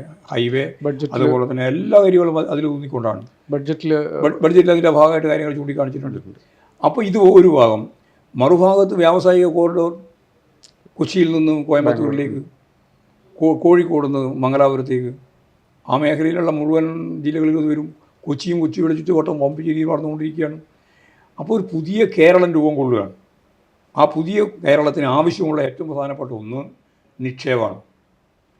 അപ്പോൾ ആ നിക്ഷേപം വേണം എന്ന് ആലോചിച്ചതിനെ അടിസ്ഥാനപ്പെടുത്തിയിട്ടാണ് ഇപ്പോൾ എറണാകുളത്ത് നിക്ഷേപ സംഗമം നടത്തിയത്. ഏതാണ്ട് 2500 ആളുകൾ പങ്കെടുത്തു. 26 രാജ്യങ്ങളിൽ നിന്ന് രാജ്യത്തിൻ്റെ പ്രതിനിധി ഉൾപ്പെടെ പങ്കെടുത്തു. കേരളം കണ്ട, ഇന്ത്യ കണ്ട ഏറ്റവും പ്രധാനപ്പെട്ട പരിപാടികൾ ഒന്നായി മാറി ഈ സമ്മിറ്റ്. അതിൽ ഇപ്പോഴ് 1,53,000 കോടി 1,53,000 കോടിയുടെ മൂലധന നിക്ഷേപത്തിൻ്റെ ഏറ്റവും പ്രധാനപ്പെട്ട സമ്മതപത്രം കിട്ടി. അതിപ്പോൾ രാജീവൻ പിന്നീട് മന്ത്രി പറഞ്ഞിട്ടുള്ളത് 44,000 കൂടി കിട്ടിയെന്നാണ്. എന്ന് പറഞ്ഞാൽ ഇന്നാകുമ്പോഴേക്ക് രാജീവൻ പറഞ്ഞത് ഏതാണ്ട് 2 ലക്ഷം കോടി. നേരത്തെ കിഫ്ബി ആകെ ചേർത്ത് 90,000 കോടിയാണ്. അതിൻ്റെ ഇരട്ടിയിലധികമാണ്. പക്ഷെ ഒരു പത്രപ്രവർത്തകൻ എന്ന നിലയ്ക്ക് ഞാൻ ഈ സംസ്ഥാനങ്ങളിൽ ഇത് ലക്ഷം കോടികളുടെ കണക്ക് പറയുന്നത് പലപ്പോഴും ഇത്തിരി സ്കെപ്റ്റിക്കലായിട്ട് കേൾക്കാറുണ്ട്. ഞാൻ കണക്ക് വെറുതെ പറയുന്നതല്ല. ഓരോരാളുകളും ഇവിടെ നിർവഹിക്കാൻ തയ്യാറുള്ള വിവിധ തലങ്ങളിലുള്ള ഇടപെടൽ സംബന്ധിച്ച് അവർക്ക് വ്യക്തത ഉണ്ടായിട്ടുണ്ട്. 2 ആഴ്ച കൊണ്ട് അത് പൂർത്തിയാവുന്ന പറഞ്ഞിട്ടുള്ളത്. ഇപ്പോൾ തന്നെ ആയിക്കൊണ്ടിരിക്കുകയാണ്. ആരൊക്കെ, ഏതെല്ലാം മേഖലയിൽ, എങ്ങനെയൊക്കെ. നമുക്ക് മേഖല ഇഷ്ടം പോലെ ഉണ്ട് കേരളത്തിൽ. അതിന് മുമ്പ് നടത്തിയ ഹോംവർക്കുകളും ഞാൻ ശ്രദ്ധിച്ചു. അസാധ്യമായ ഹോംവർക്കാണ് നടത്തിയിരിക്കുന്നത്. അപ്പോൾ കേരളത്തെ സംബന്ധിച്ചിടത്തോളം ഈ കിഫ്ബിയുടെ ഭാഗമായിട്ട് നമുക്ക് കാര്യങ്ങൾ മുന്നോട്ടേക്ക് നീക്കാൻ നമ്മൾ ആഗ്രഹിച്ചതുപോലെ ആവുന്നില്ല എന്ന് വന്നപ്പോൾ, കാരണം അത് കടത്തിൻ്റെ പരിധിയിൽ കേരളത്തെ ഈ കടവും കൂടി ചേർക്കുന്നു. അതുപോലെ നമ്മുടെ ക്ഷേമ പെൻഷൻ കൊടുക്കാൻ വേണ്ടി തീരുമാനിച്ചിട്ടുള്ള സഹകരണ മേഖലയുമായിട്ടുള്ള അതിൻ്റെ കൺസോർഷ്യത്തിൽ കൂടി അവർ വാങ്ങുന്ന കടത്തിൽ ഇതിൻ്റെ ഭാഗമായിട്ട് കണക്ക് കൂട്ടുന്നു. അല്ല, ഇതിനകത്ത് വേറെ പ്രശ്നമുണ്ട്. കേന്ദ്ര സർക്കാരിന്റെ കടങ്ങൾ പലതും ഈ നിയമത്തിൽ വരേണ്ടതില്ല. കേന്ദ്രത്തിന് ഇതൊന്നും ബാധകമല്ല. കേന്ദ്രത്തിന് അത് ബാധകമല്ല, സംസ്ഥാനത്തിന് ബാധകം. ഒരു തരത്തിലുള്ള കാര്യങ്ങളും അവർ കണക്കാക്കുന്നില്ല. നമുക്ക് കേരളത്തെ സംബന്ധിച്ചിടത്തോളം മാത്രമാണ് ഇവർ ബാധകമാക്കുന്നത്. സംസ്ഥാനങ്ങളെ എല്ലാ സംസ്ഥാനങ്ങളും ഇല്ല.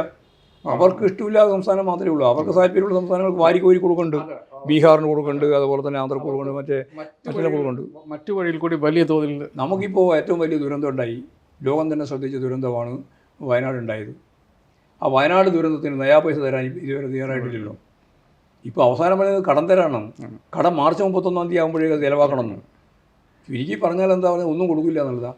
അങ്ങനെ കൊടുക്കില്ല എന്ന് പറഞ്ഞാൽ അയ്യോ എന്താണ് ചെയ്യുക, വിലപിക്കുക എന്നതാണ് സാധാരണ ചെയ്യുന്നതെങ്കിൽ അതല്ല ഞങ്ങളുടെ ഉന്നം. അതാണ് കേരളത്തിൻ്റെ ബദൽ.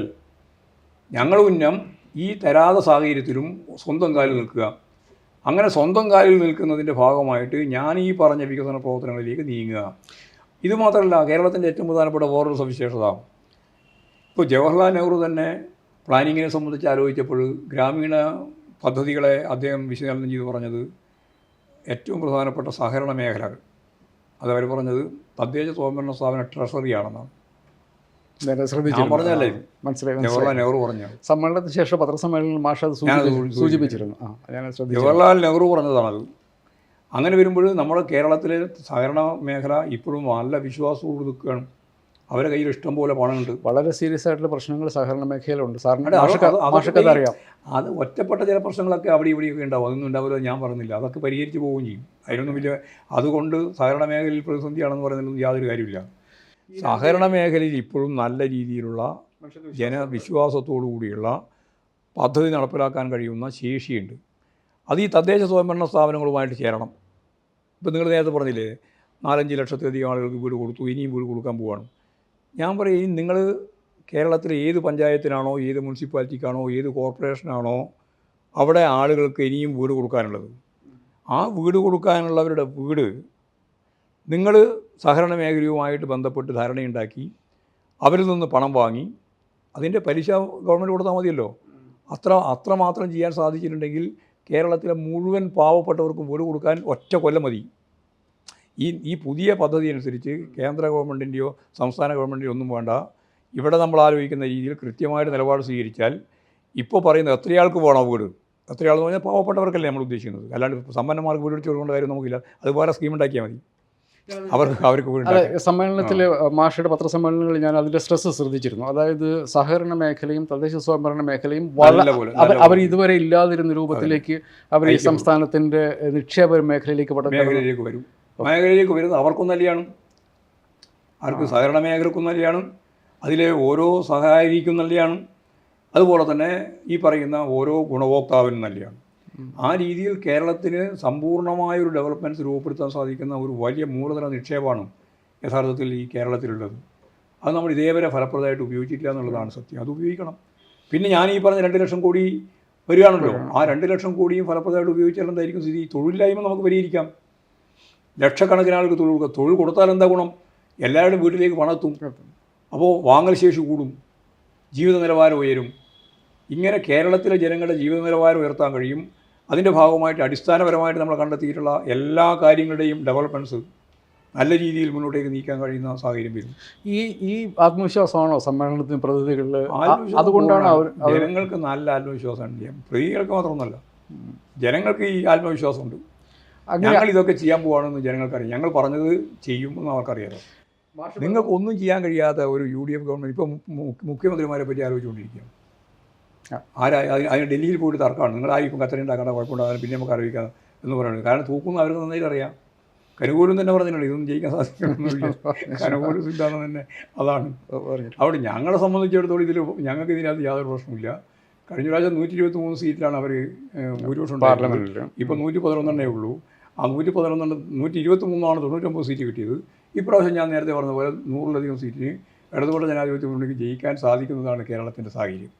ഓക്കെ, അങ്ങനെയാണെങ്കിൽ ഏതെങ്കിലുമൊക്കെ മേഖലകളിൽ സർക്കാർ നന്നാകണമെന്ന് സമ്മേളനത്തിന് പ്രതികൾ പറഞ്ഞിട്ടുണ്ടാകില്ലേ? ഞാനൊരു ഉദാഹരണം ചോദിച്ചാൽ, ഞാൻ CPM-കാരോട് സംസാരിക്കുമ്പം അവരുടെ സോഷ്യൽ മീഡിയ പ്രതികരണങ്ങളിൽ നിന്നും വളരെ രൂക്ഷമായിട്ടുള്ള പ്രതികരണം കണ്ടിട്ടുള്ളത് ആഭ്യന്തര വകുപ്പിനെ കുറിച്ചാണ്. ഈ ആഭ്യന്തര വകുപ്പ് നടത്തിക്കൊണ്ടുവന്ന നയം ജനങ്ങൾക്ക് ഗുണകരമാണ് എന്ന് പാർട്ടിക്കൊരു വിലയിരുത്തലുണ്ടോ? കൃത്യമായിട്ട് വിലയിരുത്തുന്നുണ്ട്. ഞങ്ങളതിൻ്റെ അകത്തൊരു കാര്യം ആദ്യം മുതലേ കണ്ടിട്ടുണ്ട്. ഗവൺമെൻറ് ജനങ്ങളുടേതാണ്, CPM-ൻ്റെ അല്ല. ഗവൺമെൻറ് ജനങ്ങളുടെ ഗവൺമെൻറ്റാണ്. അതുകൊണ്ട് CPM-ൻ്റെ പ്രത്യേക താല്പര്യവും പ്രത്യേകമായ ആവശ്യം നിർവഹിക്കാൻ ഒരു പോലീസ് സ്റ്റേഷനെയും ഉപയോഗിക്കാൻ പാടില്ല. പക്ഷേ അവർക്ക് പലപ്പോഴും നീതി കിട്ടുന്നില്ല. നീതി കിട്ടുന്നില്ലെങ്കിൽ ഒരു ഗവൺമെൻറ് ഇല്ലാതപ്പോൾ നീതി വാങ്ങിയതാണ് ഈ കേരളം. അതിന് ഒറ്റൊരുത്തിൻ്റെ ചീട്ട് വേണ്ട. കേരളത്തിലെ കമ്മ്യൂണിസ്റ്റ് പാർട്ടിക്ക് നീതി കിട്ടാൻ ഒരു ഗവൺമെൻറ്റും വേണ്ട. ഒരു ഗവൺമെൻറ് ഇല്ലെങ്കിലും ഞങ്ങൾക്ക് ഈ കേരളത്തിൽ നിൽക്കാനും നീതി നേടാനും അല്ലെങ്കിൽ അതിനെതിരായിട്ട് അതിശക്തിയായ രീതിയിൽ മുന്നോട്ടേക്ക് പോകാനും നല്ല കഴിവുള്ള കപ്പാസിറ്റിയുള്ള പാർട്ടിയാണ് കേരളത്തിലെ പാർട്ടി. അതിലൊന്നും ആരെങ്കിലും പറയുന്ന വിമർശനം നോക്കിയിട്ട് കാര്യമൊന്നുമില്ല.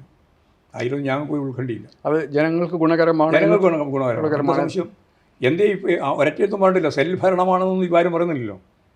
പാർട്ടി ലോക്കൽ കമ്മിറ്റി സെക്രട്ടറിയാണ് ഭരിക്കുന്നത്, ഏരിയ സെക്രട്ടറിയാണ് ഭരിക്കുന്നത്, ജില്ലാ സെക്രട്ടറിയാണ് ഭരിക്കുന്നത് എന്ന് പറയുന്നില്ല. ഇല്ലാന്നല്ലേ പറയുന്നത്. തിരിച്ചാണ്. അതാണ് നമ്മുടെ മെറിറ്റ്. അതാണ് ഈ ഗവൺമെൻറ്റിൻ്റെ മെറിറ്റ്. ജനങ്ങളുടേതാണ് ഗവൺമെൻറ്. മാഷുടെ പത്രസമ്മേളനം, കാരണം സാധാരണഗതിയിൽ സമ്മേളനങ്ങളുമായി ബന്ധപ്പെട്ട് ധാരാളം ഊഹാപോഹങ്ങൾ വരാറുണ്ട്. എനിക്കൊന്ന് ഇപ്രാവശ്യം അത് താരതമ്യേന കുറവായി. ഇപ്രാവശ്യം അധികം ഉണ്ടായില്ല. വളരെ കുറവ് വിമർശനം വരുന്നു എന്നാണോ? ഞാൻ പലപ്പോഴും ഞാൻ ശ്രദ്ധിച്ചിട്ടുണ്ട്. അപ്പോൾ വിമർശനം വന്ന ഏരിയകൾ ഏതൊക്കെയാണ് എന്ന് പറയാൻ പറ്റുമോ?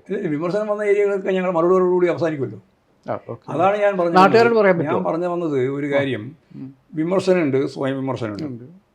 ഈ സ്വയം വിമർശനവും നടത്തുന്ന പ്രതിനിധികളുടെ മുമ്പിൽ ഏറ്റവും അവസാന വാക്ക് പറയുന്നത് ഞങ്ങൾക്ക് തന്നെയാണ് അവസാനം സാധിക്കുക. കാരണം മറുപടി പറഞ്ഞുകൊണ്ടാണ് അവസാനിക്കുന്നത്. ആ മറുപടി പറയുന്നതോടുകൂടി ബോധ്യപ്പെടുത്താനാവാത്ത ഒരു കാര്യവും സമ്മേളനത്തിന് മുമ്പിൽ വന്നിട്ടില്ല. ഓക്കെ, അതാ കാര്യം. ഓക്കെ, അങ്ങനെയാണെങ്കിൽ മാഷ് തന്നെ പത്രസമ്മേളനത്തിൽ പറഞ്ഞ ഒരു കാര്യം, ഈ ഇപ്പം നവകേരളത്തിലേക്കുള്ള പുതുവഴികൾ, അതിൽ സാമൂഹ്യ നീതി ഉറപ്പാക്കിക്കൊണ്ട് വേണം ഈ രേഖ നടപ്പാക്കാൻ എന്ന് പ്രതിനിധികൾ പറഞ്ഞു എന്നും. ഈ രേഖയിൽ അതിനുള്ള സ്ട്രെസ് ഇല്ലാത്തത് കൊണ്ടാണോ പ്രതിനിധികൾ ചൂണ്ടിക്കാണിക്കേണ്ടി വന്നത്? പ്രതിനിധികൾക്ക് സ്വാഭാവികമായിട്ടും ഉണ്ടാകുന്ന ഒരു ഉത്കണ്ഠതായിരിക്കും. നമ്മുടെ വികസനം എന്ന് പറഞ്ഞിട്ട് മുമ്പോട്ടേക്ക് പോകുമ്പോൾ അടിസ്ഥാന വർഗത്തിൻ്റെ വികസനത്തെ ഒരു തരത്തിലും ബാധിക്കാൻ പാടില്ല. അത് തുടർച്ചയായിട്ട് മുന്നോട്ടേക്ക് പോകണം. അല്ലാതെ ഇടത്തരക്കാരൻ്റെ മാത്രം വികസനമല്ല, എന്നാൽ ഇടത്തരക്കാരൻ ഉൾപ്പെടെയുള്ള കേരളത്തിൻ്റെ പൊതുവികസനം, ആ വികസനത്തെ കാണുമ്പോൾ നമ്മൾ ഊന്നൽ നൽകേണ്ടത്, വർഗപരമായിട്ട് ഊന്നൽ നൽകുന്നത് ഈ പാവപ്പെട്ട ജനവിഭാഗങ്ങളുടെ അവർക്ക് ലഭിക്കേണ്ടുന്ന ആനുകൂല്യങ്ങൾ, അവർക്ക് ലഭിക്കേണ്ടുന്ന ഏറ്റവും പ്രധാനപ്പെട്ട വിവിധ തലങ്ങളിൽ നിന്ന് ലഭിക്കേണ്ടുന്ന ആനുകൂല്യങ്ങൾ, ഇതെല്ലാം കൃത്യമായിട്ട് കിട്ടുമെന്നുള്ളതിന് ഉറപ്പുണ്ടാക്കണമെന്നാണ്. അതിലേറ്റവും പ്രധാനപ്പെട്ട ഒന്ന് അയാൾ പറഞ്ഞത്, 62 ലക്ഷം ആളുകൾക്ക് നൽകുന്ന 1600 രൂപ എന്നുള്ളത് നമുക്ക് വർദ്ധിപ്പിക്കണം. അത് സാധിക്കാതിരിക്കുന്നത് ഇതുകൊണ്ടാണ്. അപ്പോൾ അത് വർദ്ധിപ്പിക്കാൻ സാധിക്കണം.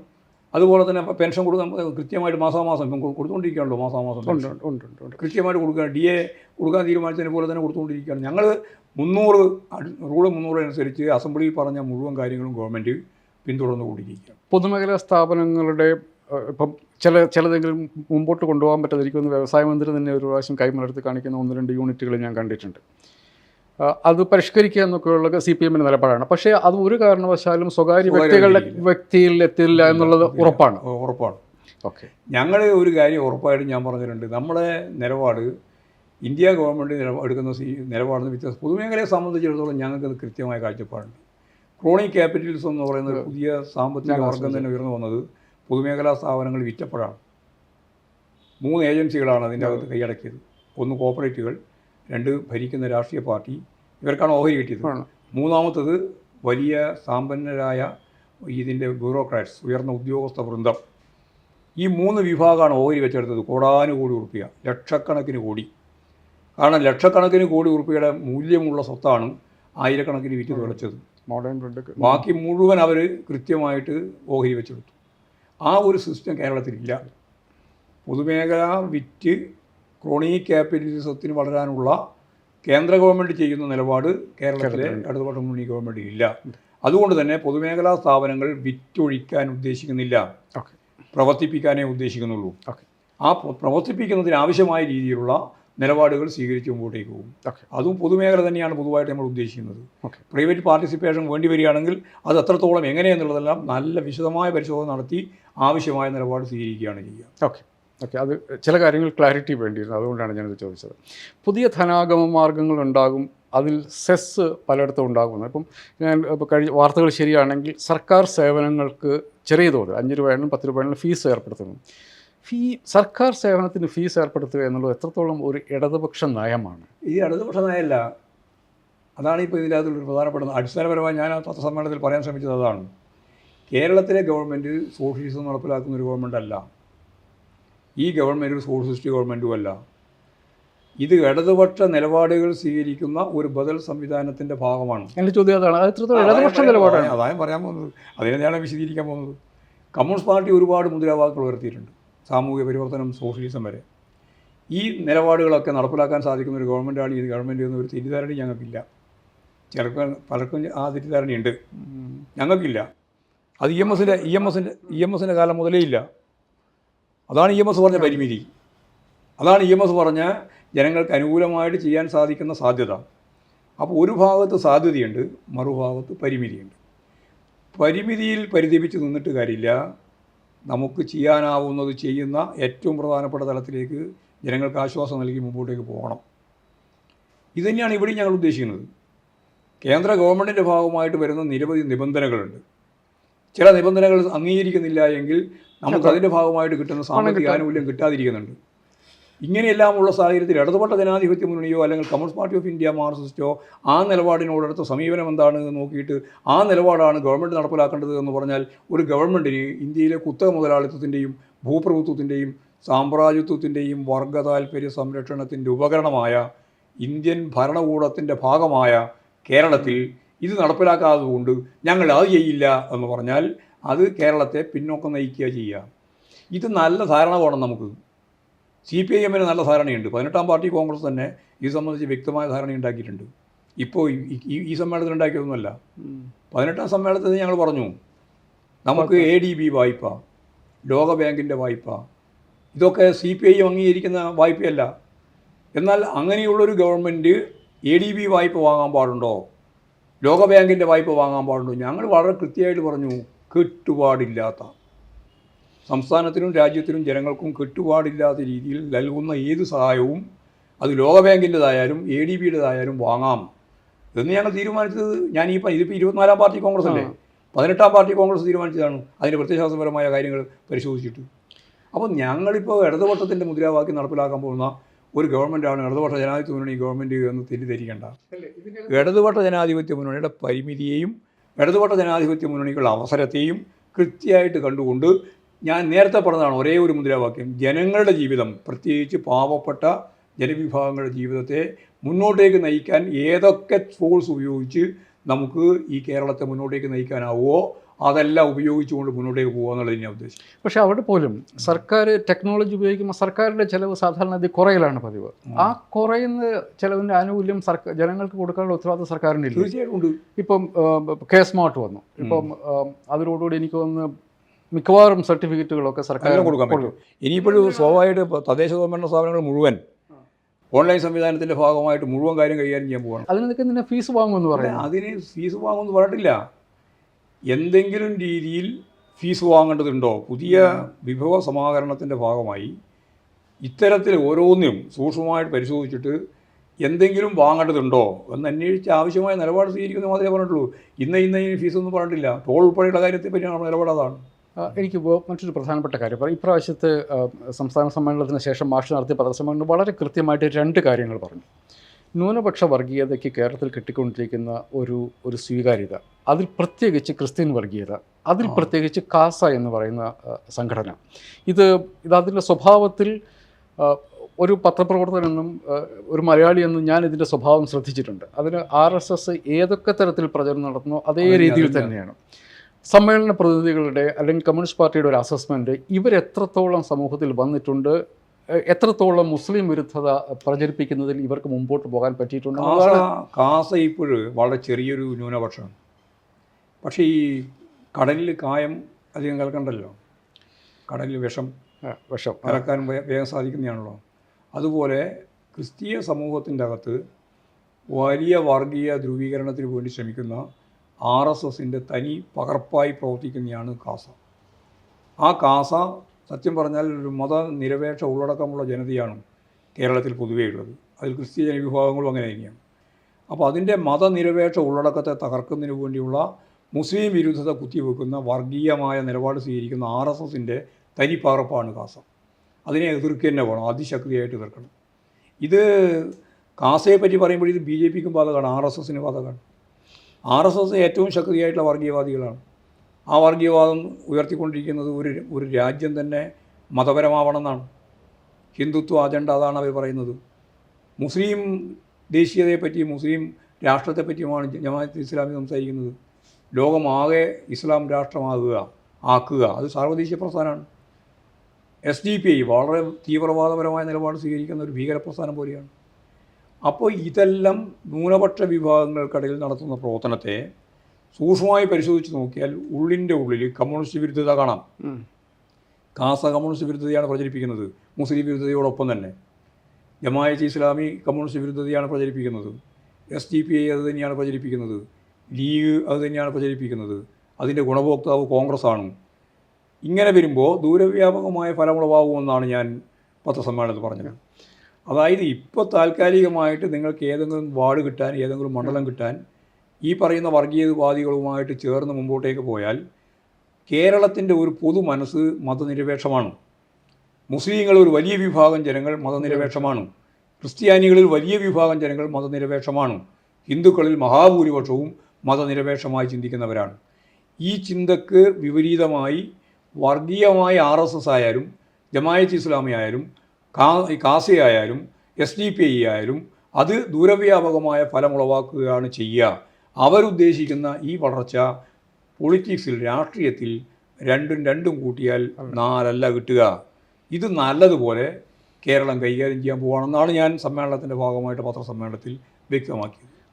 ഞാൻ ശ്രദ്ധിച്ചിട്ടുള്ളൊരു കാര്യം, മാഷിബ പറഞ്ഞതുപോലെ മുസ്ലിം സമുദായത്തിലും ഹിന്ദു സമുദായത്തിലുമുള്ള മത നേതൃത്വം പൊതുവെ ഈ വർഗീയവാദത്തിന് അനുകൂലമല്ല. പക്ഷേ ക്രിസ്ത്യൻ സമുദായത്തിലെ ഈ മതവിദ്വേഷ പ്രചാരകർക്ക് സമുദായ നേതൃത്വത്തിൻ്റെ പിന്തുണയുണ്ട് എന്നുള്ള കാര്യം കമ്മ്യൂണിസ്റ്റ് പാർട്ടി അസോസിയേറ്റ് അങ്ങനെ പറയാൻ സാധിക്കില്ല.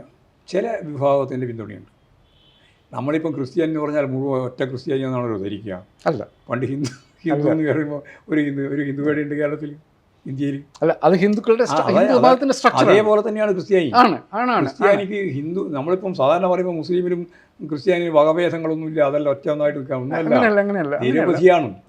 ആ നിരവധിയായ കാര്യങ്ങളിൽ ചിലർ പല കാരണങ്ങളുണ്ട്. അതിന് കേന്ദ്ര ഗവൺമെൻറ്റിൻ്റെ നിലപാടുകളുമായിട്ട് ബന്ധപ്പെട്ട് അവർക്ക് പുറത്തുനിന്ന് പറയേണ്ടുന്ന സാമ്പത്തിക സഹായം ഉൾപ്പെടെയുള്ള കാര്യങ്ങളെ ഭയപ്പെടുന്നുണ്ട് അവർ.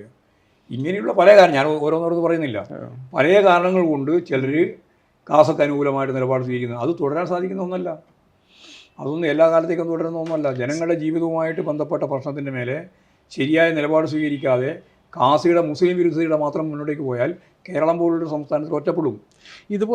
ഇതുമായി ബന്ധപ്പെട്ട സമുദായങ്ങളുമായിട്ടൊരു ചർച്ച കമ്മ്യൂണിസ്റ്റ് പാർട്ടിയോ ഇടതുപക്ഷ ജനാധിപത്യ മുന്നണിയോ സർക്കാരോ സംഘടിപ്പിക്കുമോ? ഇതെങ്ങനെ അഡ്രസ്സ് ചെയ്യുമെന്നാണ് നിങ്ങൾ? ഈ ഒരൊറ്റ പ്രശ്നമേ ഉള്ളൂ. ഞങ്ങളിതിൽ കാണുന്നത് അതിവിപുലമായ ഒരു വർഗീയ വിരുദ്ധ പ്രസ്ഥാനമാണ്. ആ വർഗീയ വിരുദ്ധ പ്രസ്ഥാനത്തിലെ ഏറ്റവും പ്രബലമായ ശക്തി ആരായിരിക്കും? വിശ്വാസികളായിരിക്കും. അപ്പോൾ വിശ്വാസികളെ കൂടി മുഖവിലക്കെടുത്ത്, ഒരു വിശ്വാസിയും വർഗീയവാദിയല്ല, വർഗീയവാദിക്കൂട്ട് വിശ്വാസമില്ലതാണ്.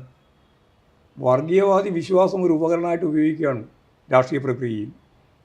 അപ്പോൾ വിശ്വാസികളായ സാധാരണ മനുഷ്യർ, അത് മുസ്ലിം ആയാലും ഹിന്ദു ആയാലും ക്രിസ്ത്യാനി ആയാലും, അവരെ അടിസ്ഥാനപ്പെടുത്തിക്കൊണ്ട് അവരുൾപ്പെടെയുള്ള സമൂഹത്തെ മുഴുവൻ കാർന്നു നിന്ന ഈ വർഗീയതയ്ക്കെതിരായി അതിശക്തിയായ ഒരു വിപുലമായ പ്രസ്ഥാനം രൂപപ്പെട്ട് വരണം. അതിൽ കമ്മ്യൂണിസ്റ്റുകാർ കൂടി സഹകരിക്കും. അത് അവരാണ് മുൻകൈ എടുക്കേണ്ടത്, അവരെ തന്നെ മുൻകൈ എടുക്കും. വിശ്വാസികൾ ഒരു സംശയം വേണ്ട, വിശ്വാസികൾക്ക് തന്നെ മുൻകൈ എടുക്കാൻ പറ്റും. ഇപ്പോൾ അമ്പലങ്ങൾ ഉൾപ്പെടെയുള്ള മേഖലയിൽ ഇപ്പോൾ RSSൻ്റെ പിടിമുറുക്കം, ശാഖ, ഗുഡുഗുഡു ഇടകുത്തിയാലാണ് വേഗം ചാകുക എന്ന്, അതാണ് സംസ്കാരത്തിൻ്റെ ഭാഗം അവർ കണ്ടിട്ടുള്ളത്. അങ്ങനെയുള്ള ശ്രമം നടക്കണ്ടല്ലോ ദേവസ്വം ബോർഡ് അമ്പലങ്ങളിൽ പോലും. അപ്പോൾ അവിടെയുള്ള വിശ്വാസികൾ കൃത്യമായ നിലപാട് സ്വീകരിക്കണം. ഇവിടെ ഏതെങ്കിലും ഒരു തരത്തിലുള്ള വിഭാഗത്തിൻ്റെ മാത്രം കളരിയാക്കാൻ പറ്റില്ല. അങ്ങനെ ഒരു നിലപാട് സ്വീകരിക്കുന്നുണ്ട്, കേരളത്തിലെ ജനങ്ങൾ സ്വീകരിക്കുന്നുണ്ട്. അപ്പോൾ അവിടെ വിശ്വാസികൾ വരട്ടെ, ആരായും നിൽക്കണില്ല. ഓക്കെ. ഏത് വിശ്വാസിയായാലും വിശ്വാസികൾ വേണം അമ്പലം ഭരിക്കാൻ, വർഗീയവാദികളല്ല. അതാണ് മാഷ് പറഞ്ഞതിൽ ഒരു കാര്യം ഞാൻ ശ്രദ്ധിച്ചത്, അത് പുതിയൊരു കാര്യമല്ല. പ്രത്യേകിച്ചും ഇസ്ലാമിൽ ഈ ജമാഅത്തെ ഇസ്ലാമിക്കെതിരെ നമ്മുടെ നാട്ടിലെ സാധാരണ മുഖ്യധാര മുസ്ലിം സംഘടനകൾ അവർ നിരന്തര സമരത്തിലാണ്. ഒരു തരത്തിലും അംഗീകരിക്കുന്നില്ല, അവർ അംഗീകരിക്കത്തില്ല. അതുകൊണ്ട് തന്നെയാണ് ഇത്രയധികം വർഗീയവാദികൾ ഇത്രയധികം വർഷം ശ്രമിച്ചിട്ടും അവരെ എല്ലാവരും കൂടെ കൂടിയാൽ ഒരു 10% കൂടുതൽ അവരിപ്പോഴും ഇല്ല. പക്ഷേ എൻ്റെ ഒരു ചോദ്യം, കമ്മ്യൂണിസ്റ്റ് പാർട്ടിയുടെ ചില നേതാക്കന്മാരെങ്കിലും ഈ ഇത്തരമൊരു സമരത്തെ അംഗീകരിക്കുന്നില്ല എന്ന് ഞാൻ ശ്രദ്ധിച്ചു. ഞങ്ങൾ കമ്മ്യൂണിസ്റ്റുകാർ എല്ലാവരും അംഗീകരിക്കുന്നുണ്ട്.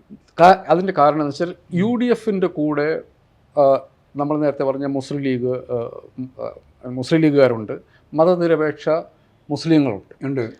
അവർ UDFന് വോട്ട് ചെയ്യുന്നുണ്ട്, UDF ജയിക്കുന്നുണ്ട്.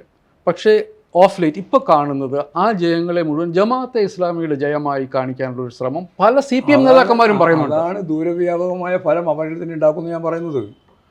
അതായത് മുസ്ലിം ജനവിഭാഗത്തിൻ്റെ അട്ടിപ്പേർ അവകാശപ്പെട്ടുകൊണ്ട് അതിൻ്റെ ഐഡിയോളജി കൈകാര്യം ചെയ്യുന്നത് ഞങ്ങളാണ് എന്ന് ജമാഅത്ത് ഇസ്ലാമി അവകാശവാദം ഉന്നയിക്കുന്നതോടെ സെക്കുലർ മുസ്ലിമിൻ്റെ അകത്ത് വലിയ രീതിയിലുള്ള പ്രശ്നം വരും. ഞാൻ ചോദിക്കുന്നത് കമ്മ്യൂണിസ്റ്റ് പാർട്ടി അതിന് അരുതിക്കുകയല്ലേ ചെയ്യുന്നത്? കാരണം പ്രശ്നമില്ല. വയനാട്ടിൽ രാഹുൽ ഗാന്ധി ജയിച്ചത് മുസ്ലിം മതവാദികളുടെ ഞാൻ ഉറപ്പറ്റാ പറയാം, ജയിച്ചത് ഒന്നും കൂടി ഇപ്പം തന്നെ പറയാം. അവിടെ ജയിച്ചത് ഭൂരിപക്ഷത്തിലാണെന്ന് നോക്കിയിട്ടല്ല ഞാൻ പറയുന്നത്. അവിടെ ജയിക്കുന്നതിന് കിട്ടിയ വോട്ടിൻ്റെ അകത്ത് ജമാഅത്ത് ഇസ്ലാമിൻ്റെ SDP വോട്ടുണ്ട്. പാലക്കാട് ജയിച്ചതോ അതിനെനിക്ക് തർക്കമില്ല. പക്ഷെ അവർ ജയിച്ചത് വർഗീയവാദികളായ ആ വോട്ടുണ്ട്, ഇല്ലെന്നല്ല. ജയത്തിന്റെ കാരണം അവരാണെന്ന് നമ്മൾ പറഞ്ഞു കൊടുക്കും. അത് അവിടെയായാലും ഞാൻ പാലക്കാട് എടുക്കുന്നത് പാലക്കാട് ഞാൻ പറഞ്ഞുതരാം. 4500 വോട്ട് BJPൻ്റെ വോട്ട് പിടിച്ചു.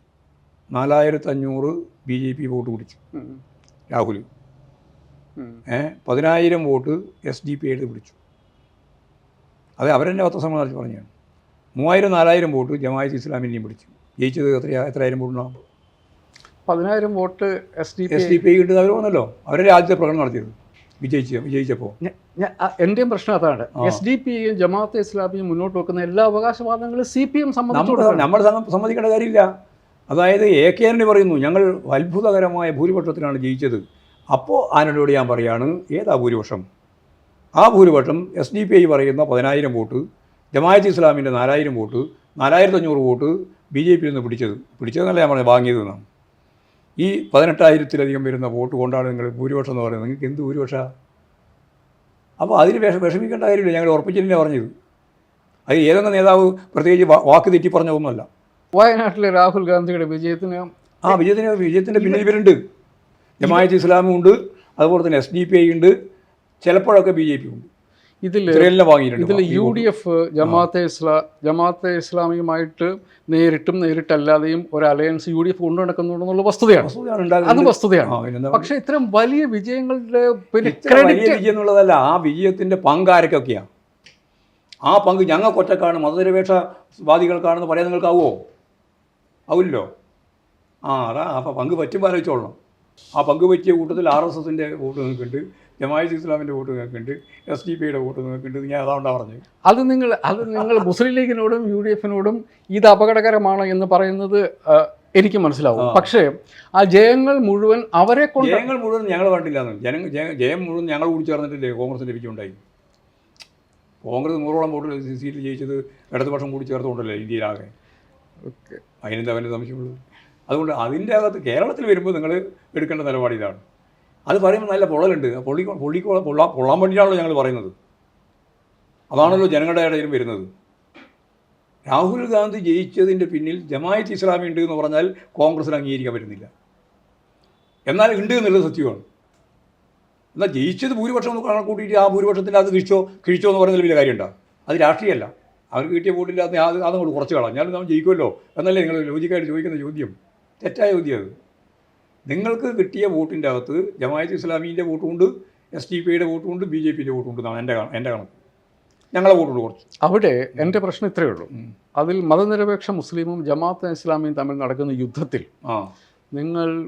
ഞങ്ങൾ നിൽക്കുന്നത് ജമാഅത്ത് ഇസ്ലാമിയും അതുപോലെ തന്നെ ലീഗും തമ്മിൽ നടക്കുന്ന ഒരു യുദ്ധവുമില്ല. അവരിപ്പോൾ പരസ്യമായിട്ട് പറഞ്ഞുകൊണ്ടിരിക്കുന്നത് എന്താണ് അവരെ കൂട്ടിയാൽ എന്നാണ് മത നേതൃത്വം ചോദിച്ചുകൊണ്ടിരിക്കുന്നത് ലീഗിൻ്റെ. അവരെ കൂട്ടിയാൽ എന്താണ് എന്ന ചോദ്യം, ആ ചോദ്യം കേരളത്തിലെ മുസ്ലിം അംഗീകരിക്കുന്ന ചോദ്യമല്ല. അതാ പ്രശ്നം. അപ്പോൾ അത് ഞങ്ങൾ ഉപയോഗിക്കും വളരെ ശക്തിയായിട്ടു, ഒരു സംശയവും വേണ്ട. 21ാം പാർട്ടി കോൺഗ്രസിലെ ഒരു നിലപാട് എന്നുള്ളത് കോൺഗ്രസിന് BJPയെ തോൽപ്പിക്കാൻ പറ്റുമെന്നുള്ളതാണ്. അത് ഇടതുപക്ഷ ജനാധിപത്യ മതേതര ചേരിയുടെ ഒരുമിച്ച് നിന്നുള്ളത്. അതിലൊരു വ്യത്യാസം ഇപ്പോൾ വന്നിട്ടുണ്ടോ? ഇല്ല. ഇപ്പോൾ അതിനേക്കാളും ശക്തമായ നിലയാണ് ഞങ്ങൾ സ്വീകരിച്ചിട്ടുള്ളത്. ഇന്ത്യ സഖ്യം 2024 ഇന്ത്യ സഖ്യത്തെ ഈ കോൺഗ്രസ് തന്നെ പൊളിച്ചില്ലേ?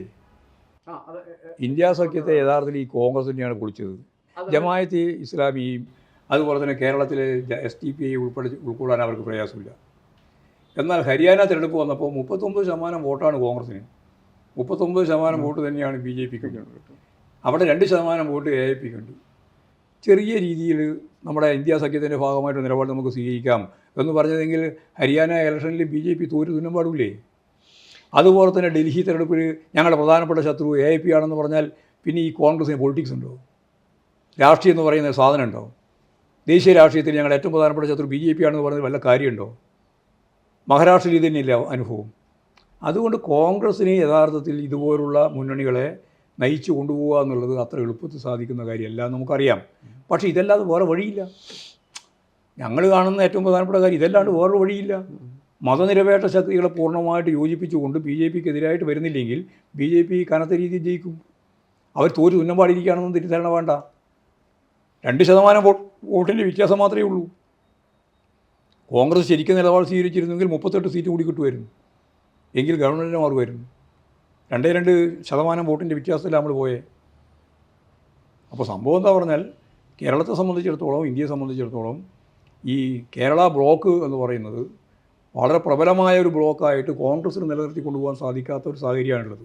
അപ്പോൾ ഞങ്ങളിപ്പോൾ ഉറപ്പിച്ച് പറയുന്നത് ഇന്ത്യ ബ്ലോക്കിന് അത് സാധിക്കുന്നില്ല എന്നുള്ളതാണ് നമ്മുടെ മുമ്പിലുള്ള സ്ഥിതി. ഞങ്ങളിപ്പോഴും പറയുന്നത് ആ ബ്ലോക്ക് ശക്തിയായിട്ട് നിൽക്കുക വേണ്ടേ. അത് ഇല്ലാതായാൽ പിന്നെ BJPക്ക് അനുകൂലമായ സാഹചര്യം വരിക. അപ്പോൾ BJP വിരുദ്ധ വോട്ടുകൾ ചിഹ്ന ഭിന്നമാവാതെ തന്നെ BJPക്കെതിരായിട്ടുള്ള അതിശക്തിയായ അതൊരു ഫാസിസ്റ്റിക് രീതിയാണ് കൈകാര്യം ചെയ്യുന്നത്. അത് വെച്ചുകൊണ്ട് അതിനെ ഫലപ്രദമായി പ്രതിരോധിക്കാൻ കേരളത്തിൽ, ഇന്ത്യയിൽ സാധിക്കണം എന്നാണ് പാർട്ടി പറഞ്ഞത്. 21ാം പാർട്ടി കോൺഗ്രസിൻ്റെ നിലപാടിൽ നിന്നും വലിയ വ്യത്യാസമുണ്ട്. അതിനേക്കാളും കൂടുതൽ തീവ്രമാണ് ഇപ്പോൾ BJP. ആ BJP ഭൂരിപക്ഷമില്ലെങ്കിലും ഇപ്പോൾ ഗവൺമെൻറ് തീവ്രമായ വലതുപക്ഷ, കോർപ്പറേറ്റ്, പിന്നെ ഹിന്ദുത്വ, പിന്നെ അമിതാധികാരം, ഇത് മൂന്നും ചേർന്ന ഒരു ഫാസിസ്റ്റിക് രീതി കൈകാര്യം ചെയ്തുകൊണ്ടിരിക്കുകയാണ്. ഇത്രയും ശക്തിയാണ് ഞാൻ ഇതിനു മുമ്പ് ഇത്രത്തോളം പാടില്ല. അപ്പോൾ അജണ്ട കൈകാര്യം ചെയ്തു എന്നാണ് കഴിഞ്ഞ പ്രാവശ്യം പറഞ്ഞത്. 23-ൽ ഫാസിസ്റ്റിക് അജണ്ടയാണ് കൈകാര്യം ചെയ്യുന്നത്. ഇപ്പോൾ ഫാസിസ്റ്റിക് അജണ്ട കൈകാര്യം ചെയ്യാൻ മാത്രമല്ല, അതിൻ്റെ തലത്തിലേക്ക് കാര്യങ്ങൾ കൈകാര്യം ചെയ്തുകൊണ്ടിരിക്കുകയാണ് അവർ. അപ്പോൾ അതിനെ നമ്മൾ ശക്തിയെ പ്രതിരോധിക്കണം, അതിന് BJPയെ തോൽപ്പിക്കണം. അപ്പോൾ ഒന്നാമത്തെ പരിപാടി BJPയെ തോൽപ്പിക്കുക, ഒറ്റപ്പെടുത്തുക എന്നുള്ളത് തന്നെയാണ്. അതിന് മതനിരപേക്ഷ ജനാധിപത്യ, എല്ലാ ജനാധിപത്യ മതനിരപേക്ഷ ശക്തികളും യോജിക്കണം. ഏറ്റവും മികച്ച തീരുമാനം 24ാം പാർട്ടി കോൺഗ്രസിൽ വരും എന്നുള്ള പ്രതീക്ഷയാണ്.